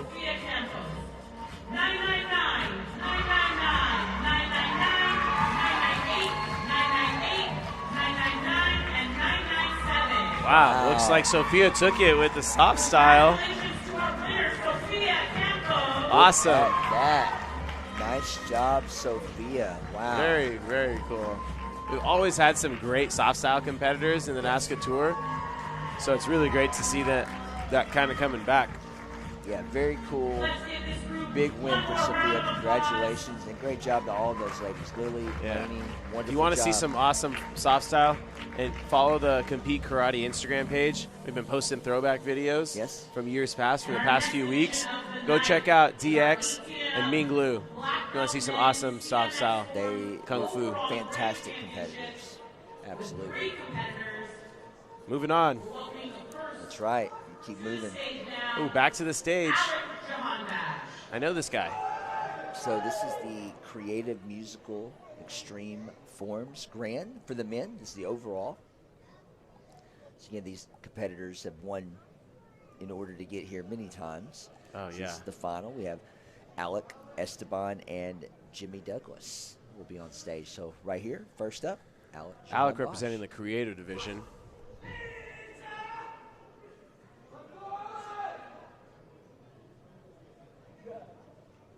It's going to be a little nice side kick. Open up the form. With the CMX, or with the creative division that Alec is representing, he's not going to be doing any acrobatic movements where his head is going to go under his waist, or any inversions. So any tricks that he's doing, like the illusion twist there into the lower shadow drop back kick, he's going to be staying leveled, and he's not going to be able to do any rotations over 360 degrees. Doing a great job, nice and clean. The combination that you named out there, again, from this angle, couldn't tell we had a hitch or if he was smooth with that. So at home, you guys watch that. I love that you named the moves that he did as well. You know? Very strong performance from Alec. That was awesome. Yes. Very good. A little Great job. background Oh, music from look at his some ringer smile. tones. Yeah, exactly. That Why was not? solid. Esteban Tremblay. Back on the stage. This time can't break his weapon. No. I don't want to jinx it. He could break his hand. I'm No, just no, kidding. none of that, none of that, none of that. So Alec did a great job, and next up again, Esteban Tremblay. And we had Little the showmanship Goodman there. girls walking by the booth. If you need any custom shoes, Logan can hook you up, by the way. Right, ma'am? I got you. Absolutely. All right, Esteban Esteban's- from Team Paul Mitchell comes out with Ooh. a huge trick to start off. That was beautiful.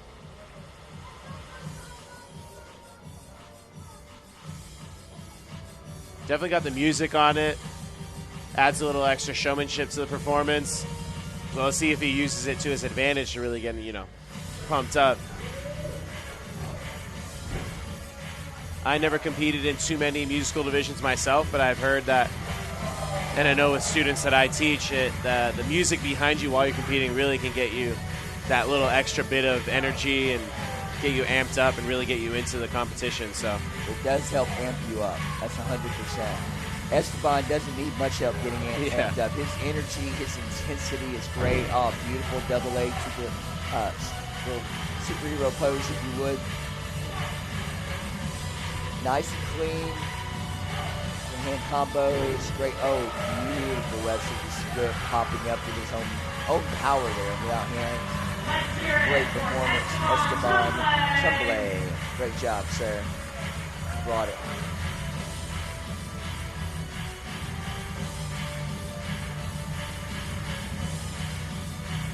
All right, so as Esteban exits the stage, looks like they're giving him a little extra musical cue there. Jimmy Douglas. yeah, we got our third Be up next. and final competitor. Final competitor, Jimmy Douglas. Jimmy's going to be representing the soft style division for us here in the CMX division. The soft style division is something that's a little bit different, and it really depends on. There's certain styles of kung fu in soft style, like maybe hard style and soft style kung fu, where they might be doing more acrobatic movements, like we're just seeing Jimmy do right here. Right. And if they were to win the soft style division doing moves like that, which are totally, legal and within the rules of the soft style division, they would have to flow into the CMX overall grands. If they were doing soft style, but they weren't doing any inversions or any jump kicks or anything like that, they could actually compete soft style in the traditional forms grands.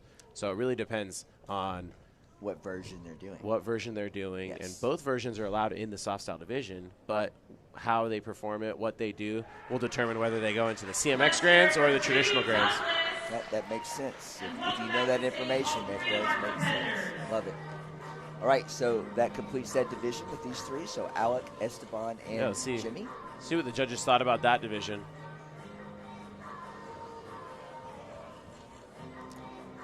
So I felt like This might be revenge time for Esteban, huh, from the last one? Maybe. I felt like Jimmy Douglas's routine was solid, clean. Solid, clean. Maybe a little bit shorter. A little bit shorter. Thought that Esteban was dynamic, strong, hit his tricks from this angle, from what we could see. And Alec was clean, smooth with that. Had a couple of different moves there, different combinations, kind of cool. So, interesting to see what the judges think, right? Yeah, look who we got on stage right now. Steve Tirada. One of the members of Quest Crew, for those of you that ever watched America's Best Dance Crew. Absolutely love. But yeah, total legend. You guys having all these drop-ins tonight. Yeah, That's exactly. really cool. Steve's a man.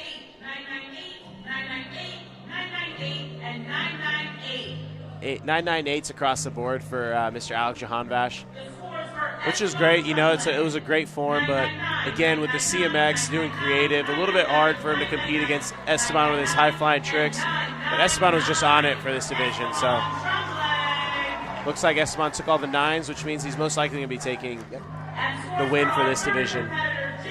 Yeah, and I think if you compare what you saw again, even if the judges felt like all three competitors were clean and smooth, now who was more powerful, who was had more difficulty even what they were performing, it does play into it. Yeah, big congrats to Esteban on winning that one. So big win. Another big tough division. So 2024 forms CMX. Yeah, Esteban all the way from champion.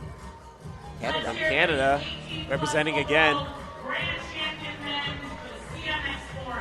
Shout out to Steve Tirada again for being here, presenting that award. Really cool when the Legends of Sport Karate are back, and they give back to the sport by presenting these awards for us. So really cool. Yeah, we're moving on to. Shout out to Steve Tirada. I watched him grow up and compete. He was always amazing. If you're watching out there and you don't know who Steve Tirada is, YouTube. Steve Tirada, and as you said, Quest. Looks like we got our sparring judges back on stage here for our last fighting matches of the night. We have the lightweight men's fighting coming back, and I think it's going to be followed by the boys sparring. Yep. So we should have some great action on stage. You've got a good diversity of judges. A good Mr. Polides back. You've got Terry Kramer. Looks like Alvin Brown up there. So great judges and great movement. Excited to see how this comes out. Mr. Ben Clark out of Canada. Representing Team Straight Up. Looked good earlier. And always looks good. Bailey Murphy is going to be cornered, not Mr. Greenhall, so I like that. Jack man, California native, California legend, the Iceman himself, Jack Felton, going to be going up against Ben here for the lightweight grands. Again, just a reminder, this is two-minute rounds for grand champion. 2 2-minute rounds. Total points. I absolutely love our in-house announcements tonight. The volume is great for the crowd, and I also know that people on the stream are able to hear quite a bit of that. So that really helps. Yeah, we might be repeating a little bit here and there. We just want to make sure you guys understand what's going on and also get the little bit of nuggets that she's dropping to the crowd here. All right, here we go. So we have Jack Felton is in the gray uniform. Gray and blue. Yes. 1 point to Jack out of bounds.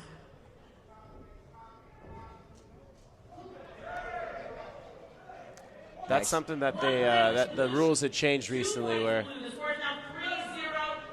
fighters are immediately awarded a penalty point if their opponent, goes out of bounds. Now it's different if they were kicked or punched out of bounds. They fell out of bounds, but if a fighter's trying to use the ring but steps out of bounds, it's a penalty point over to the other fighter.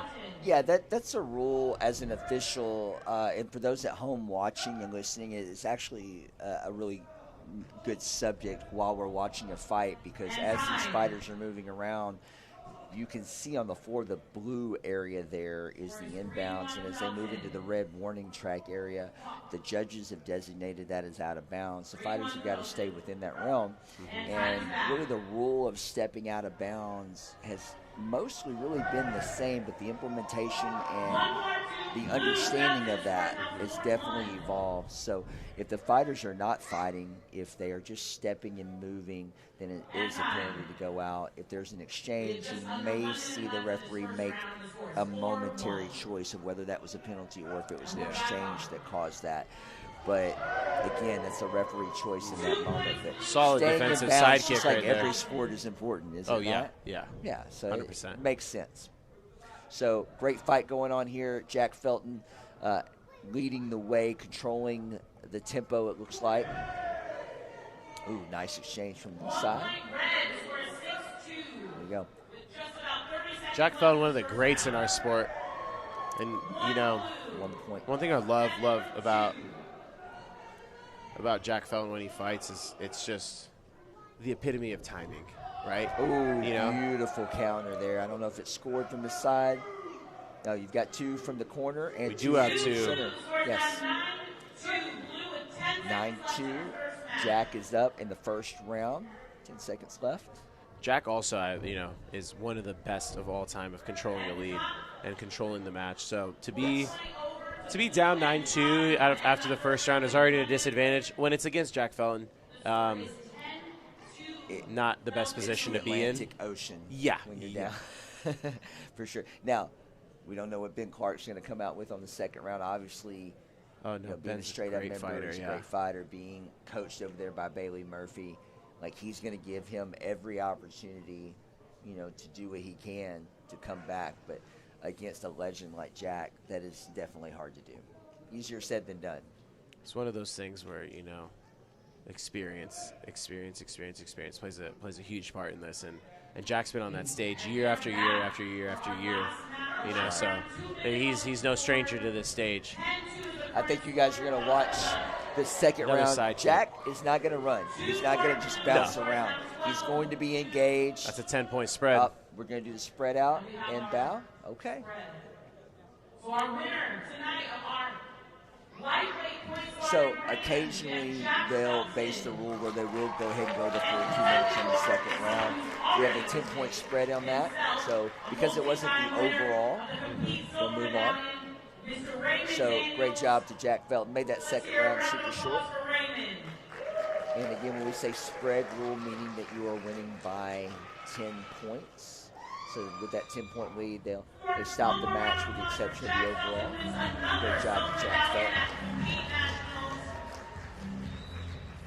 And with Jack Felton, the legendary Raymond the Real Deal Daniels. So he was a California sport karate legend and a international sport karate legend. Raymond now in Texas, actually, your neck of the woods. That's right. He's closer to me. He's in Texas and doing a great job coaching. A lot of his athletes come and fight regionally, so it's always great to have that support. Now we got our 16-17 overall Grands fighting division. So we Excited to see that. with our with our 17 and under fighting divisions, they're split up into their 2-year age gaps, but they don't fight at weight levels like our adult fighters do. So instead, we split the division based on shorter fighters and taller fighters. So this overall grand is the fight between the 2 winners, the winner of the shorter fighter division versus our winner of the tall fighting division. Sebastian, he's representing Team Paul Mitchell. He was your short winner. Awesome. And George was your tall winner. And if you don't know their names,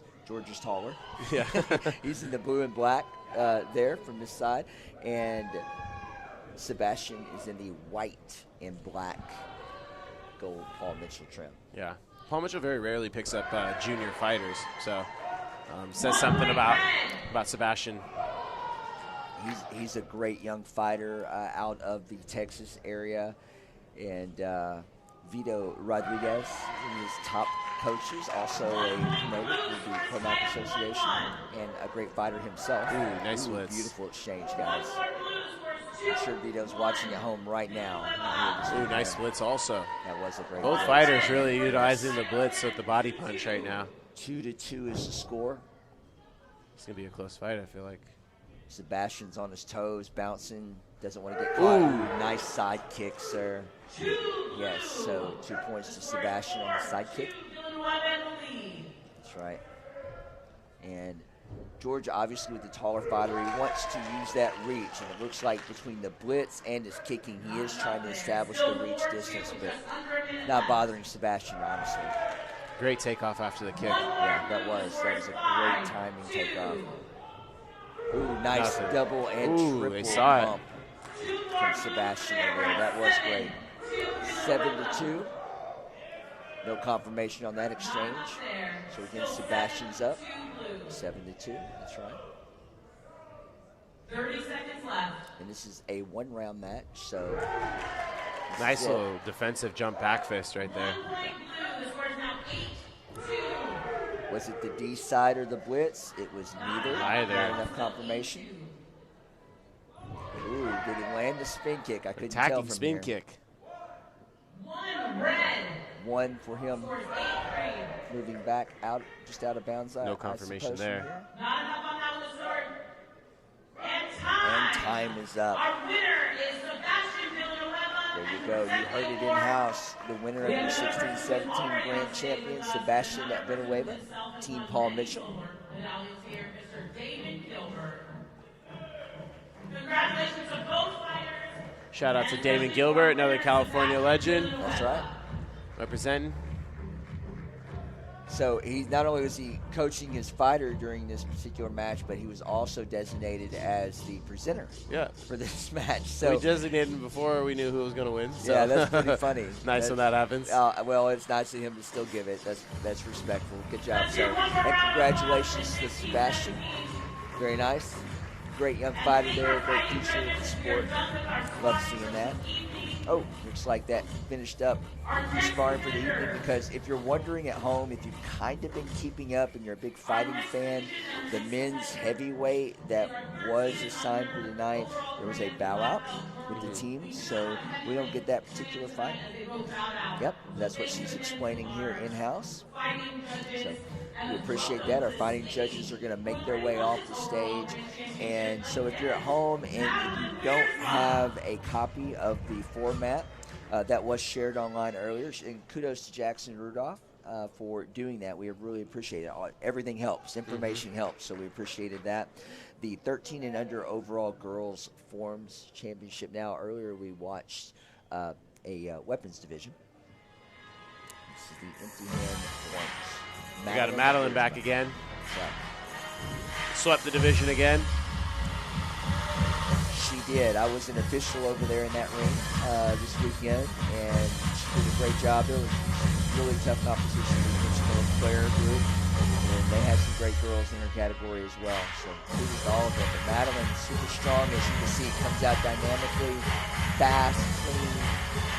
She's got a little swag. She has a couple of moves in this form that really not anyone else is performing, and at such a young age, I think that's super creative.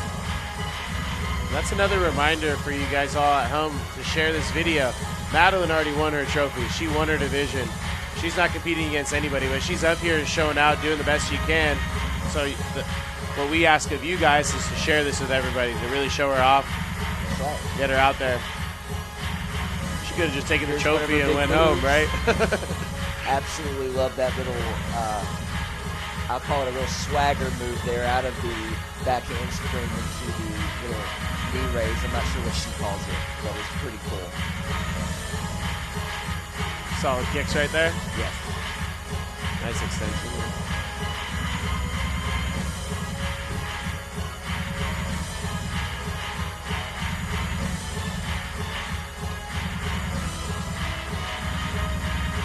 All right, so that was Miss Madeline. Awesome, Madeline. And I believe Madeline is now from the Atlanta area, Georgia area. I know they were in the Mississippi area for a few years. So congratulations, Miss Madeline. Again, great attitude, sweet young competitor. Was on Team Competitive Edge, part of their demonstration team as well. And again, your 13 and under overall girls form champion, Madeline Weersma. And it looks like on stage they're trying to figure out as they're bringing up the award there. Yeah, we got Chris Crisosimo, is actually one of my Very senseis nice. since I was a kid. He competes himself, one of the owners and of 10th Degree Weaponry. That's right, and a super nice guy. Oh, yeah. One more congratulations from Madeline, who swept both of her That's overall right. ranks tonight, the Super Champion. Thank you, Chris, for coming up, giving out the award, and congratulations to Madeline. Awesome job. Going into some boys' weapons now. Boys' so 13 and weapons. under again. Adamas is back, right? Thomas is back, Michael different Molina's opponent this back. time. Yep. All right, so you're going to have probably nunchucks with Adamas. Yep. And Michael with the bow, I would assume. That's generally their weapon they choose. Looks like I'm right with Michael. So we'll see what kind of fire he brings. As he likes to say, it's showtime. Yeah. Looks like we might have a little CMX versus traditional showdown again. Yeah, absolutely.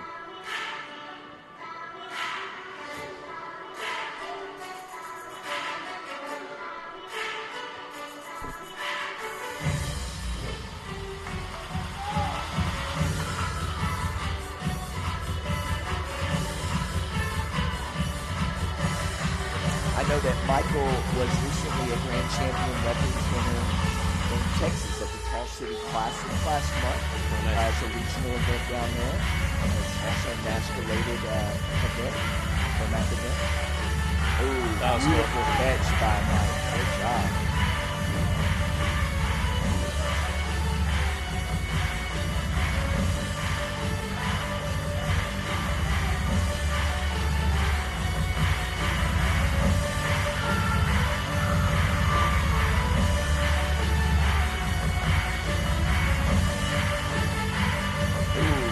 Throwing it behind the back, catching it behind the back. Nice, subtle little pass there. That's right. I like it. A lot of little things.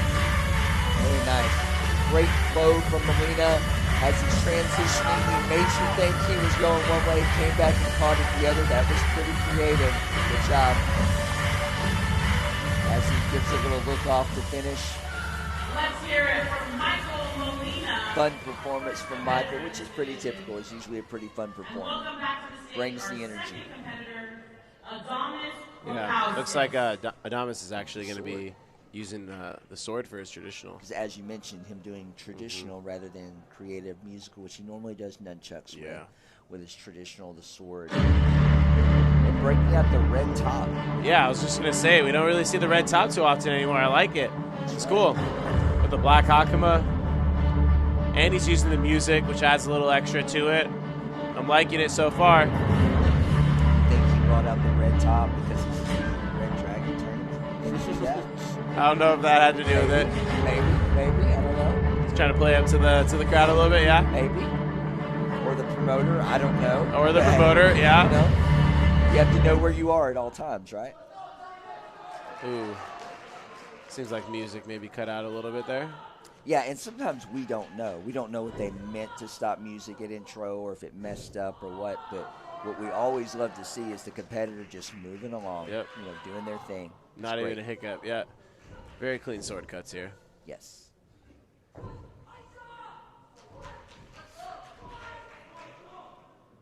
I really like the parts where they do those transitions and spin on the knees. It's not easy, especially with the sai attached to their, in their Hakama right there. Right, rather than tossing it to the side, keeping it on you, that could be hindrant. Oh, yeah, definitely when you're spinning on your knee because it gets kind of close to the floor, but then also you can kick it, get your foot caught in it. And then going down to the knee and getting up from the knee with a Hakama on, Yeah. definitely a Not tripping always- hazard. Not always easy. Yeah, tripping hazard, 100%. I may have tripped a time or two in my life with those on.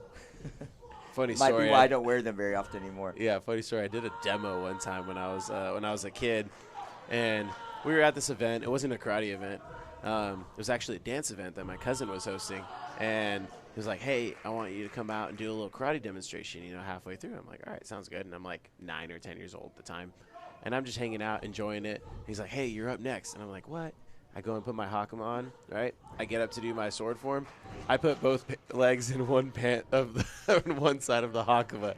So I pretty much did a whole sword form standing up because I couldn't go into a single stance. And You showed them you were so good that you don't put your pants on just like they do. yeah, exactly. Right? You're a little extra. We hear you. Adamas put his hakama on correctly, though, tonight. He so. did, and he's looking great.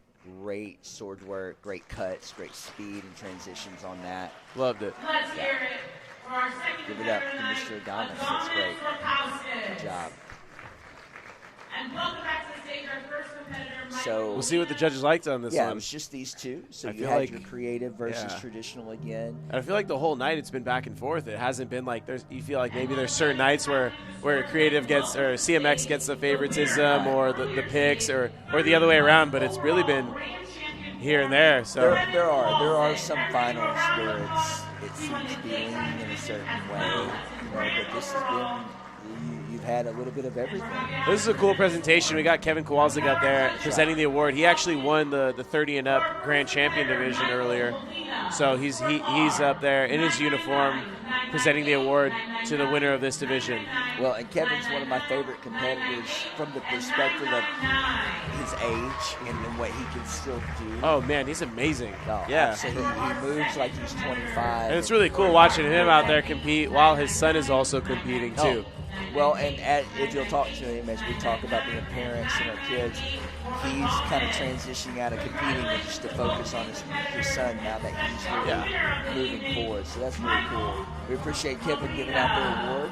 And look at that big win from our guy, Michael Molina, coming out with that. Great job, Mike. I like that little handshake they had. That shows that these competitors, even though they're going head-to-head every night or every tournament in the nighttime finals, they're friends outside of this. And that's another little hidden aspect of this sport that people don't get is the relationships and the friendships you get along the way, even with the people that you're competing against. I still have those friendships with people I grew up with competing. We still check in and hang out with each other from time to time. And, once we stepped on the mat, we weren't friends, but outside of that, we were such good friends and traveling around the country. That's why I'm still here, man. Exactly, yeah.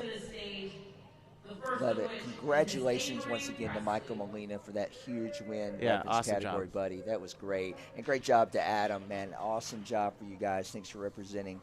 We're going to move right along. You watched the 14 to 17 girls forums earlier. This is the weapons division. And who's back? Avery Presley. That's right. Every time I watch Avery compete, it just reminds me of competing against her older brothers back in the day. Some good memories, some not so good memories. Good and bad, right? I understand. It's okay. They were. But talking about those friendships and relationships you have outside the ring, her brothers are still guys that I see them now, and even when I hated competing against them sometimes, we catch up and it's like, oh, it was just like last week that we were competing against each other. They're great young men. Yeah, back then Avery was like tiny though, so it's so weird seeing her. And Avery coming in her own. I love that combination. Oh, yeah. Form as far as how fluid and smooth she usually executes that. Very unique, kind of her little signature move there. Oh, got hung up in the uniform. The drop. That's too bad. But she's gonna keep rolling. Give us a show. Love it. Yeah, she's already up there. Wow. The speed of her bow transitions has just increased every year. So stronger, faster, better. Great job, Miss Avery. Thank you for performing. Good job. Great job, Avery. Actually kind of rare from Avery. We don't see Avery have pickups or drops or mess ups too often. Very rare, so, yeah. You guys just witnessed something that doesn't happen very often, but the rest of it was awesome. So great job, Avery. Thank you for continuing that. And her opposition of the night, just like earlier, Miss Sofia Rodriguez Flores. And I can assure you that even if Sofia is aware that Avery dropped it, she's going to come out and do exactly what she was going to do before. No different. She's a great competitor, ready to go. She's going to bring the same power and grace to this performance as she did earlier, I'm sure.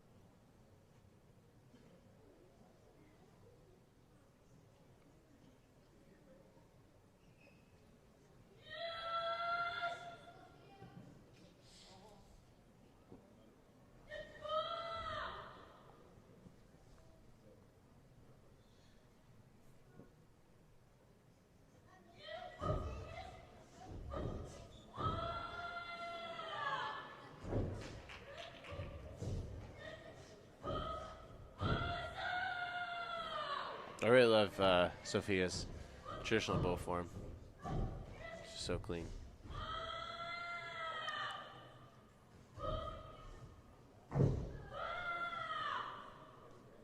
That's a great shot there on the camera, talking about the performance look, you know, in that moment. So I'm glad they captured that in that moment for the audience at home if they're not used to seeing these competitors, especially Sophia. So great shot there.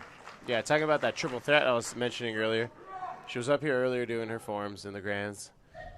She did her fighting grands. Now she's doing her weapon grands. Yep. I'm tired just thinking about doing all three of those missions. We need a break, right? Well, that is highly encouraged with today's athletes to be diverse. So I love to see that. All right, great job from Sophia. As expected, came out, did her thing. Most likely didn't change what she was going to do there just because of the previous drop. So Avery will come back up, and at home, if you don't know, normally what happens in the finals here is with the official scoring, they have a competitor that has a drop during the finals, they'll give them a 9.95 as a representation for that. So most likely they will give Avery all 9.95 scores, and then Sophia will take all the 9.99s to just kind of be a formality really there. Yes, and that's what she's announcing here. We'll see who our presenter is going to be. I don't know if you have any secret information, but we'll find out when they come up. I think it's going to be Nick Smith, Nick, promoter of Cowboy Up in Texas. That's right. I mean, where else would Cowboy Up be, right? Where else would it be other than Texas? Maybe Probably New not Mexico, Idaho. but maybe New Mexico, but it's Texas. Definitely not Oregon. No, it's definitely definitely not. They have the Ducks up there. All right, great job to both of these superstars. Great ladies, so awesome performances, and Sophia comes out with the win. Congratulations. And again, Nick Smith, a shout out to our presenter there. We love to shout out all the people that support our sport, so that's why we do enjoy giving information about them. So Nick Smith with the Cowboy Up. That's coming up next month in March. You can find all that information on ProMatKarate.com, NASCA.com, and MadAction.com for any of our events through the North American Sport Karate or the Professional Martial Arts Conference. We would love to see you at any of the events. Yeah, we're moving into the 14 to 17 overall grand champions for boys forms now. Absolutely love it. We've got Judah Sagawa and Trey Dietrich. And Trey up first. This group, I do get to officiate quite a bit during like runoffs and eliminations, and they always bring it, always stepping up their game. It's a lot of fun to watch and officiate these guys, and the attitudes are great. Trey is one of those competitors that I've watched over the last few years grow into himself and his abilities and executing different things, and he's doing his traditional form here, although I feel like his creative form is one of his strengths. So interesting, we were talking about the diversity and what divisions they win. Yeah. And, you know, what they're doing, so I love to see that. Yeah, it seems like nowadays in a great way, a lot of the competitors are very well rounded in what they do. Yes. Yeah, that makes this guy really happy. Yep. I love well-roundedness and the ability to pivot and do other things. And that's the thing too, is that both styles, you know, even though they might seem very different for people that are tuning in or watching that don't have as much experience, like the way that they're performing their CMX forms and weapons versus the traditional style stuff, they both go so hand in hand, right? And the more that you excel in one of them, the better it's going to help you to excel in the other. And training one, even, you know, there's a lot of CMX competitors that maybe train traditional but don't necessarily compete in it, or vice versa. It really just makes you so much better at that one that maybe you're focusing on or whatever it may be. So that's like the whole foundation and essence of karate right there. It's our foundation. That's right. Trey doing a great job here. Very solid, great pace. There's a really cool variation on this form too. A little bit newer but more popular now.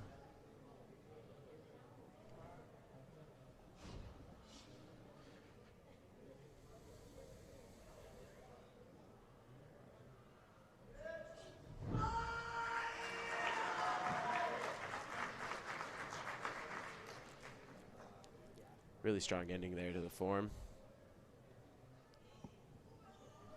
All right. Yeah, that was a really strong showing for sure. And going up first too. Sometimes with the traditional, maybe could favor the traditional competitor in a way. What do you think about that? We saw that earlier with Gabrielle and Sam in their sync division. Do you think that the order of the competition, depending on what you're doing, can factor into what the judges think about it? You know, I feel like with this caliber of officials here, and I think with only having a couple of competitors, I don't think going first or second necessarily gives you much advantage. I feel like if it's a larger division and things are close, that the later you go, you might tend to get a few more nods depending on I hear that. how you sway the crowd a little bit. That might also go into how they view your performance. I hear that for sure, but I always know, like from my experience competing, you know, everybody always wants to go last, right? Like it's like you want to be the last one, you know, you want to finish it off. But sometimes when you have to go after doing a traditional form with no music, going after somebody with music, doing a CMX form, and really getting the crowd involved, sometimes it could, you know, work in the opposite direction. But everybody might be different in that. That's right. And Judah Sagarwal coming out, huge combinations, huge opening. One of the top martial arts trickers and performers in the game at a young age. Always intense and strong, and that's what this routine is. He hasn't missed a beat yet. Great into that pop X out into little mini flash to his wheel there. It's great. Nice hand combos. Oh, That's such a split. That's hard. awesome. Great performance from Judah Sagarwal. Yeah, really solid from both of them. So, again, it's been both ways tonight, so we'll see what the judges really like better tonight. I will say, for Judah, I'll say it, so if you guys watch the stream back, Judah, I'm letting everybody know at home. If you don't know at home, in the finals, these competitors use certain music of approval for the stream, so it's allowed. During the runoffs, they may use popular music or other type of songs. I will say that Judah has one of the best choreographed routines on the circuit right now. He has a Spider-Man-esque musical form. Cool. And the choreography, the striking, everything going with that. And that's what us as officials in sport are really pushing, that the athletes choreograph better with their music. So Yeah, love to see that. yeah, I would love for the audience to be able to see that particular routine with that particular music. It's fantastic. But Looks even like Trey without you got 9-8s across for Trey and Judah getting all the 9-9s tonight. So and we felt like it might go that way after watching Judah Yeah, it was very finalize solid. his form, with no mess ups there. So great job from both of them. And that really comes down to with the judges, that they felt like power, speed, balance, focus, technique was similar, obviously level of difficulty, and then a few other attributes going into those decisions. So great job, guys. Great job, Trey. Great job, Judah. Big win. And on stage is Alex Reyes. Yep. Power, baby. Power baby, that's his phrase, and it's super positive. He's got the power hat on. He is the head of PointFighterLive.com and the social media sites. He is a huge supporter of our sport, a former fighter and competitor himself. Awesome fighter. Awesome fighter. And his brother. Yes, got punched by his brother a few times back in my day. Is our 18+ men overall. We moved right along. So that was a our tough one. teenage boys. We're moving right to our men's overall. Larry Gonzalez. Traditional forms, by the way. This is only men's traditional We forms. got Larry up here first. Larry from, I'm going to guess, is going to be representing our Kempo stylist up here tonight. That's right. Love watching Larry do Kempo. I'm just sad Larry doesn't have some of his amazing kicks on for barefoot, but he's a shoe connoisseur. Sneakerhead. Oh, he is a sneakerhead, and I always have a good time visiting with him about sneakers. I think we both wore some fun ones this weekend, so we had a good time with that. We love you, the great Chris Casamassa walking by. As I said, he made a great speech to the crowd earlier. We appreciated that. Much love, sir.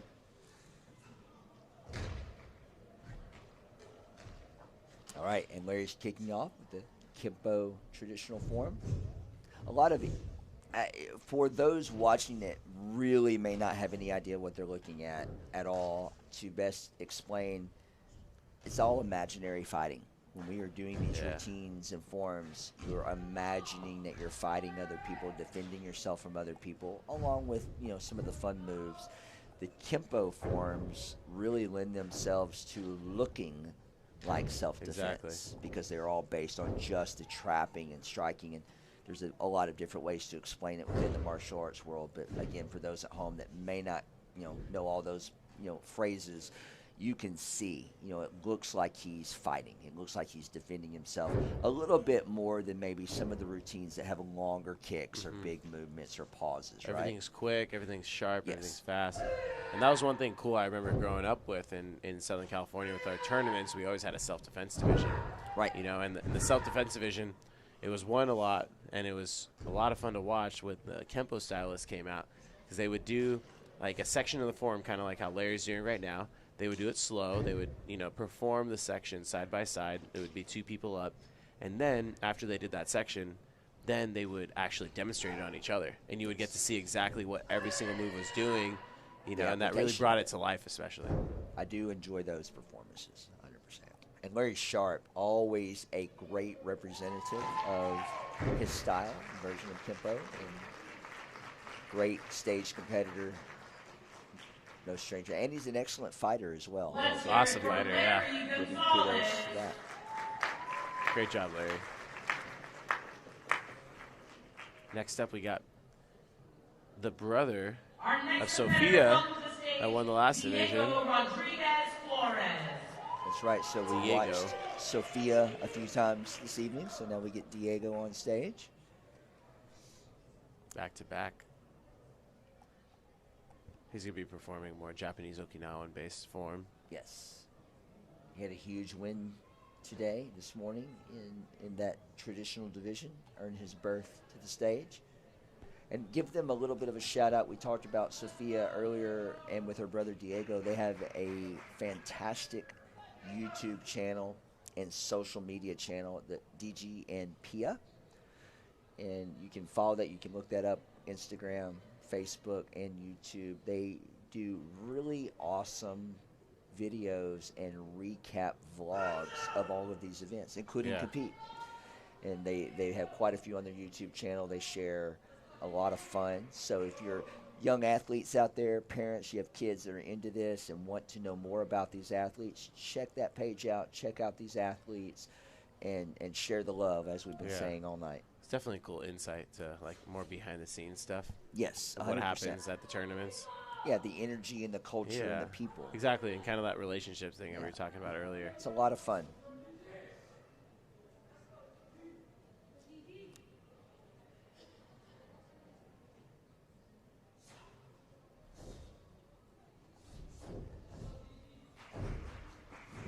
DG's so solid. He also has that great performance gene as far as, again, with his body language, his eyes, face, and presenting that type of structure. So it's definitely a skill, and it's also something you either have or you don't quite often. He definitely has that performance gene. Again, for those at home, you mentioned the kata he's performing. He's performing a unsu, which there's definitely a few different variations of this form. Yeah, the variation. Yeah. The hardest part of this form, one of the hardest parts, is going to be coming up right here with the jump that he's going to be doing, and that's why the crowd's kind of getting behind it, clapping him up for it. Starting with a little slow clap. Boom! Nice. Very hard jump to land. Nailed it. Good job.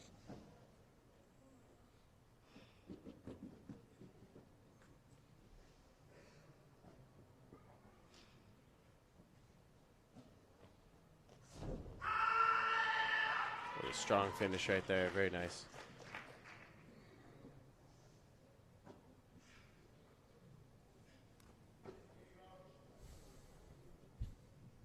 Excellent form from Diego here. Yeah, that was great. Great job, Diego. Nice and clean and powerful.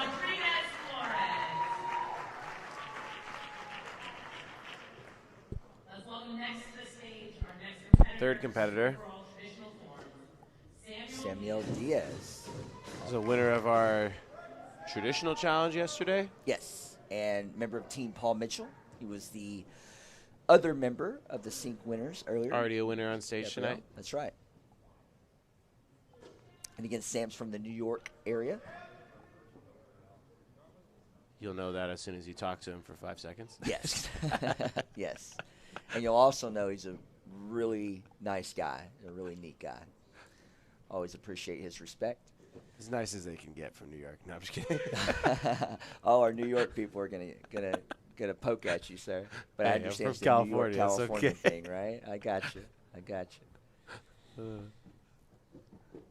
Maybe Miss Sue Diaz might come see you, right? She got that New York fandom. Love it.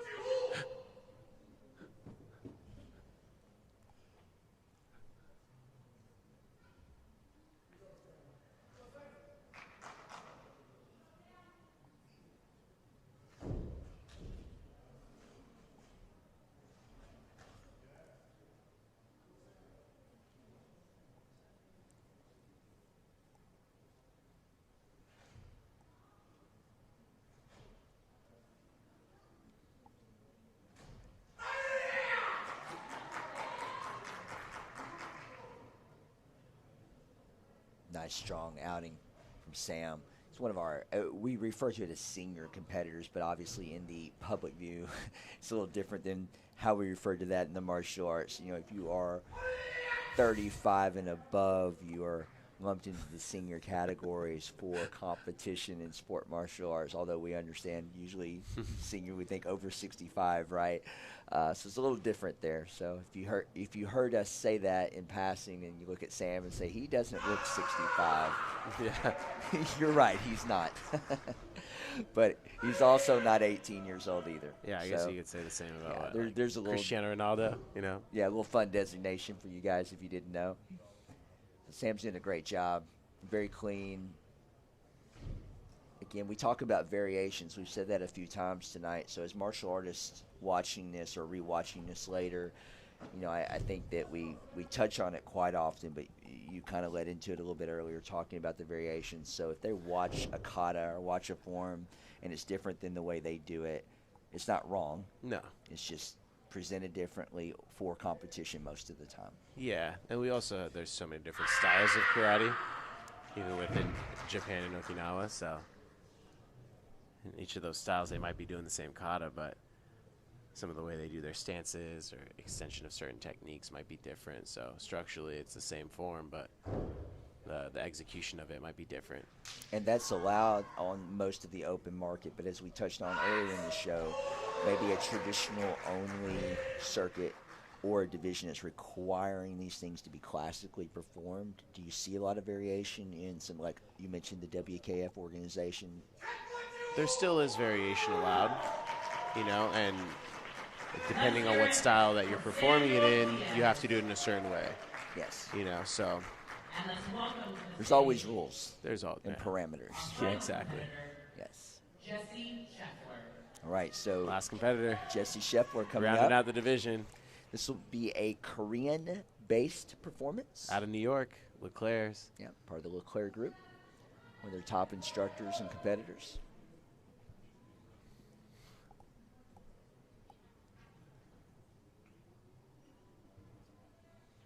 Jesse always has a great performance. He's been finding his way to the final stage quite often lately. And with the implementation of more of the Korean challenge type divisions, they are, you know, he's definitely always in the mix and at the top of that. So should be a great Korean form here from Jesse.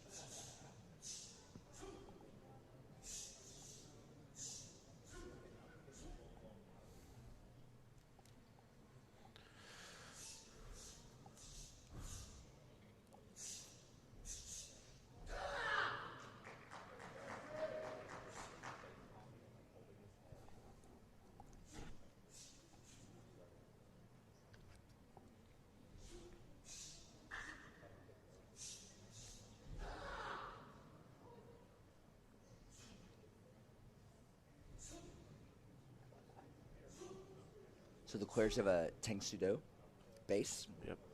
And as we talked about the different styles and types of karate or different martial arts. So with the Korean arts, there's quite a few Korean arts. It's not just Taekwondo, which would probably be the most commonly known of the Korean arts, most widespread.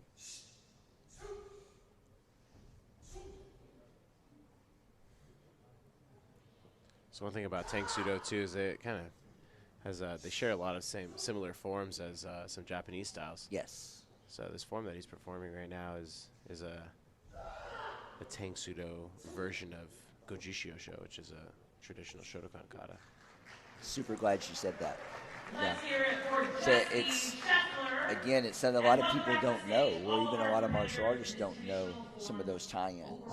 So I hear that quite often out on the open circuit with Tang Sudo forms, as far as having that type of lineage or that tie-in and those versions, and whether they should compete in Korean categories or Japanese Okinawan categories. Another cool thing our sport is doing is they're highlighting a lot more of the Korean style athletes with the addition of the Korean challenge that we have now as well. Yeah, that's great. 2024 Toronto, Canada. Ooh, Mike Politi on Politi. stage. Right. Just went to his tournament for the first time back in early December. In Toronto? In Toronto, yeah. Needless to say, it was kind of cold. It was a little cold. Yeah, just a little bit. Especially for a California boy up there. Yeah, I know you struggled. How'd you make it? It was all right. Yeah, just stayed inside most of the time. I feel you. Mike Lee, a great official, hardworking promoter. We appreciate all the work he does for the sport up there. He's able to judge grands early today with him. He's a lot of fun. Always funny guy. All right, scores for Larry. See what the came judges out think. on the base. 999, 998, 999, 999, 999, and 999. Wow. All right. Well, again, by early math, ladies and gentlemen, that means Diego is going to be your winner in this division. 999, Great performance from him. Great scores. 998, 998, 998, and 998. So Sam did grab Taking one two of those nines. 999s and two of them. Yeah, you got two of them, so 996, 996, 996, 996. So again, and all of these numbers just simply representing a first, second, third, and fourth place. wow, awesome. Yep. And our winner for this evening is Diego Rodriguez Flores. Wow. Congrats, So Diego. brother and sister both taking home hardware this weekend, which they do that often, and Yeah. well deserved. So Diego Rodriguez Flores is your overall Congratulations men's to all four traditional ladies and gentlemen forms for fantastic champion for performances. 2024 compete. Great group shot there. Yeah, congrats again. Shout out Mike Politi, too, for his awesome tournament. Our next Right. division is actually just a Canada, great excuse to go there. once again Poutine. for our women. You can get your fries at any restaurant upgraded to poutine. I even got poutine at Popeyes. So Canada is where it's at. Canada's where it's at. I love it. So my understanding is Miss Lily was able to sweep her other categories Yeah, so away from other competitors. So just Lily's like up we here watched Madeline performing. earlier, Yep. she's going to have a performance here, not competing against anyone. Let's put on a show, Miss Lily. Let's do it.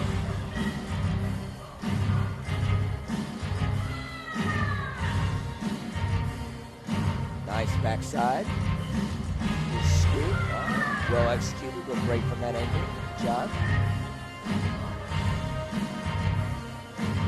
Nice kicks, and Lily representing kick team out of the Georgia area.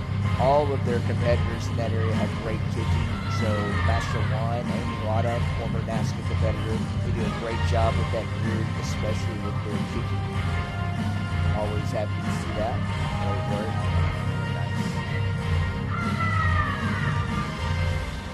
There you go. Excellent performance from Miss Lily. Our winner is Lily McGuire. She was your women's creative musical extreme overall champion. Presenter of the U.S. Capital Classic and China Open in August of 2024, right outside of Washington, D.C. How about those kicks? Yep. Not bad, huh? To Lily McGuire. Let's hear it for her. And Mr. on Dennis stage, Brown, yeah, yep. one of my favorites in the entire sport, Master Dennis Brown. Yeah, one of the best. We talked about his tournament earlier. We did, and if you haven't been, please check it out. It's Yeah, great area, great place, but also just like, I mean, he's there, so great reason to go there. We're into our last division now. Last division. at Last home. one.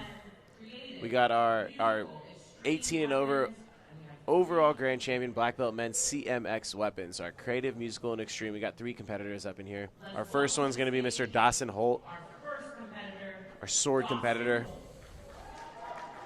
We're going to have a little variety in this division as well, so we're going to see Dawson, Esteban, and Jimmy. Dawson representing Team Paul Mitchell. Yep. From Lebanon, Tennessee area. Mr. Jason Warren is his traditional instructor, and Mr. Warren has put out a lot of champions, including the Presley family. Just a couple.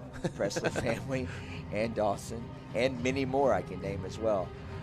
So kudos to Jason Warren back in Tennessee. What do they call Dawson? Mr. Clean? Mr. Clean, that's right. That Here was we cool. go. I've enjoyed watching Dawson grow up over the years and become the powerful performer that he is. He has great stage presence and always super clean. Let's see what he brings tonight. I always love it when they can beautiful. pull their sword out like that in a cool way. Wow. Integrate the tosses in with their tricking techniques. Hey, that just gave me a little bit of chills there, Dawson. That was a great combination. Awesome job. Oh, catch me on the head. Very nice. Into the trick pass. Oh, beautiful double leg out of that. Boom. Yeah, clean. Hey, he's bringing it. Let's go. Nice. That was sick. Oh, that was a slick sword hand exchange. If you didn't notice that. That was great. Yeah. Not bad. Look at that. Oh. Again, the difficulty of tossing that sword with only a little bit of room to catch it. Everything's got to be on point. He is killing this. Great job, sir. Oh, I love how he cut the music so that the finish was all about his energy. Oh. Wow. And I couldn't tell from this angle, you know, on the pose there, if it was strong or a little off. I couldn't tell. But, man, that has been a great performance. Oh, that was awesome. Let's hear it for Outstanding. Dawson Holt. Wow. Yeah, just the way that he like integrates the releases with his tricking combos and also his like cutting combos is Good. Hey, pretty awesome. glad you like that as well, my friend. At home, you had to like that performance. Dawson Holt, that was definitely one of the top performances I've seen from that young man over the years. Yeah, He one of was the top on it. ones of the night. You know, they say save the best for last. Yeah, I'm being a little calm about it, but I was over here so into that. That was a great, Dawson. Good job. Now we got Jimmy out here with his soft style bow form. Oh, nice. Good job. Nice release there. I love this part where they go slow and then fast. Moving it. Yeah, it's fun. Yeah. It's a fun look. You might not be able to hear it very well at home, but when Jimmy's swinging that staff around, you really hear it breaking the air. Whip. Yeah, we like to call that a little sonic boom. Guile, Street Fighter, Sonic Boom, maybe, for my old school gamers. Oh, nice. Very clean performance from Jimmy. Very nice, Jimmy. Jimmy Douglas, representing Team AKA. Douglas. Good job, sir. Very nice. Our final competitor of the evening. One thing you might notice too about the soft style, like from tonight, it's like stylistically they don't do as many of the ki or the yells that you'll see in some of the other performances, Right. but it doesn't necessarily that they're not mean that they're not being as intense as our other competitors. Yeah, that's right. It's just the way they're performing. All right, so speaking of intensity, one of the top young adults do they say? in the game. Real G's move in silence like lasagna. Quite possibly. I like that, sir. We didn't drop a lot of comic book notes tonight, but we're dropping those. I see you, sir. That's from Lil Wayne. Wheezy. Oh, he's going to drop it. All right. So Air Canada on stage. Let's Let's see what he brings. Comes out strong, moving strong, fast, clean, got a little hairstyle.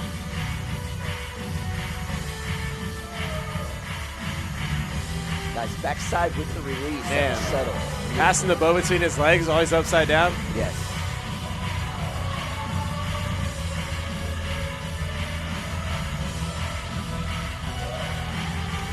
Yeah, really crazy manipulation of the weapon here by Esteban, so this is going to be a tough one. Yeah, great manipulations on this. Smooth. Transitioning well so far. Ooh, that was slick.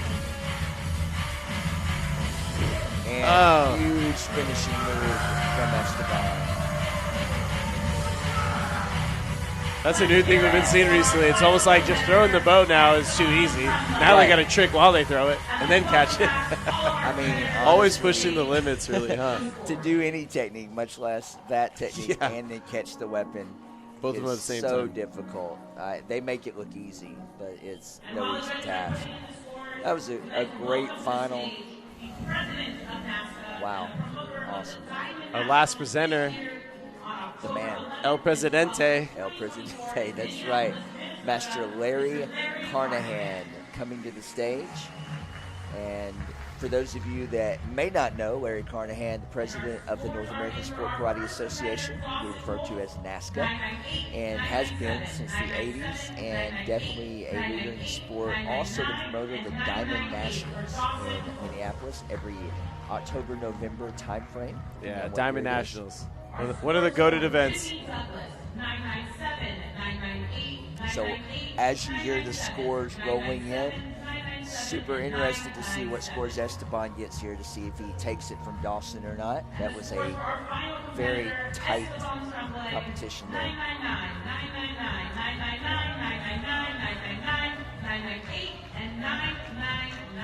I don't have my calculator in front of me, but I think he might have gotten that one. He pulled it. That's right. Wow. All right, as you overheard there, that's right. Esteban Tremblay is your men's creative extreme weapons winner for the 2024 Compete. Great job, Esteban. Great job to all the competitors. All the competitors out here tonight really gave it their all. Even the ones that were out here just performing for us, because they already won their division earlier by sweeping all of them.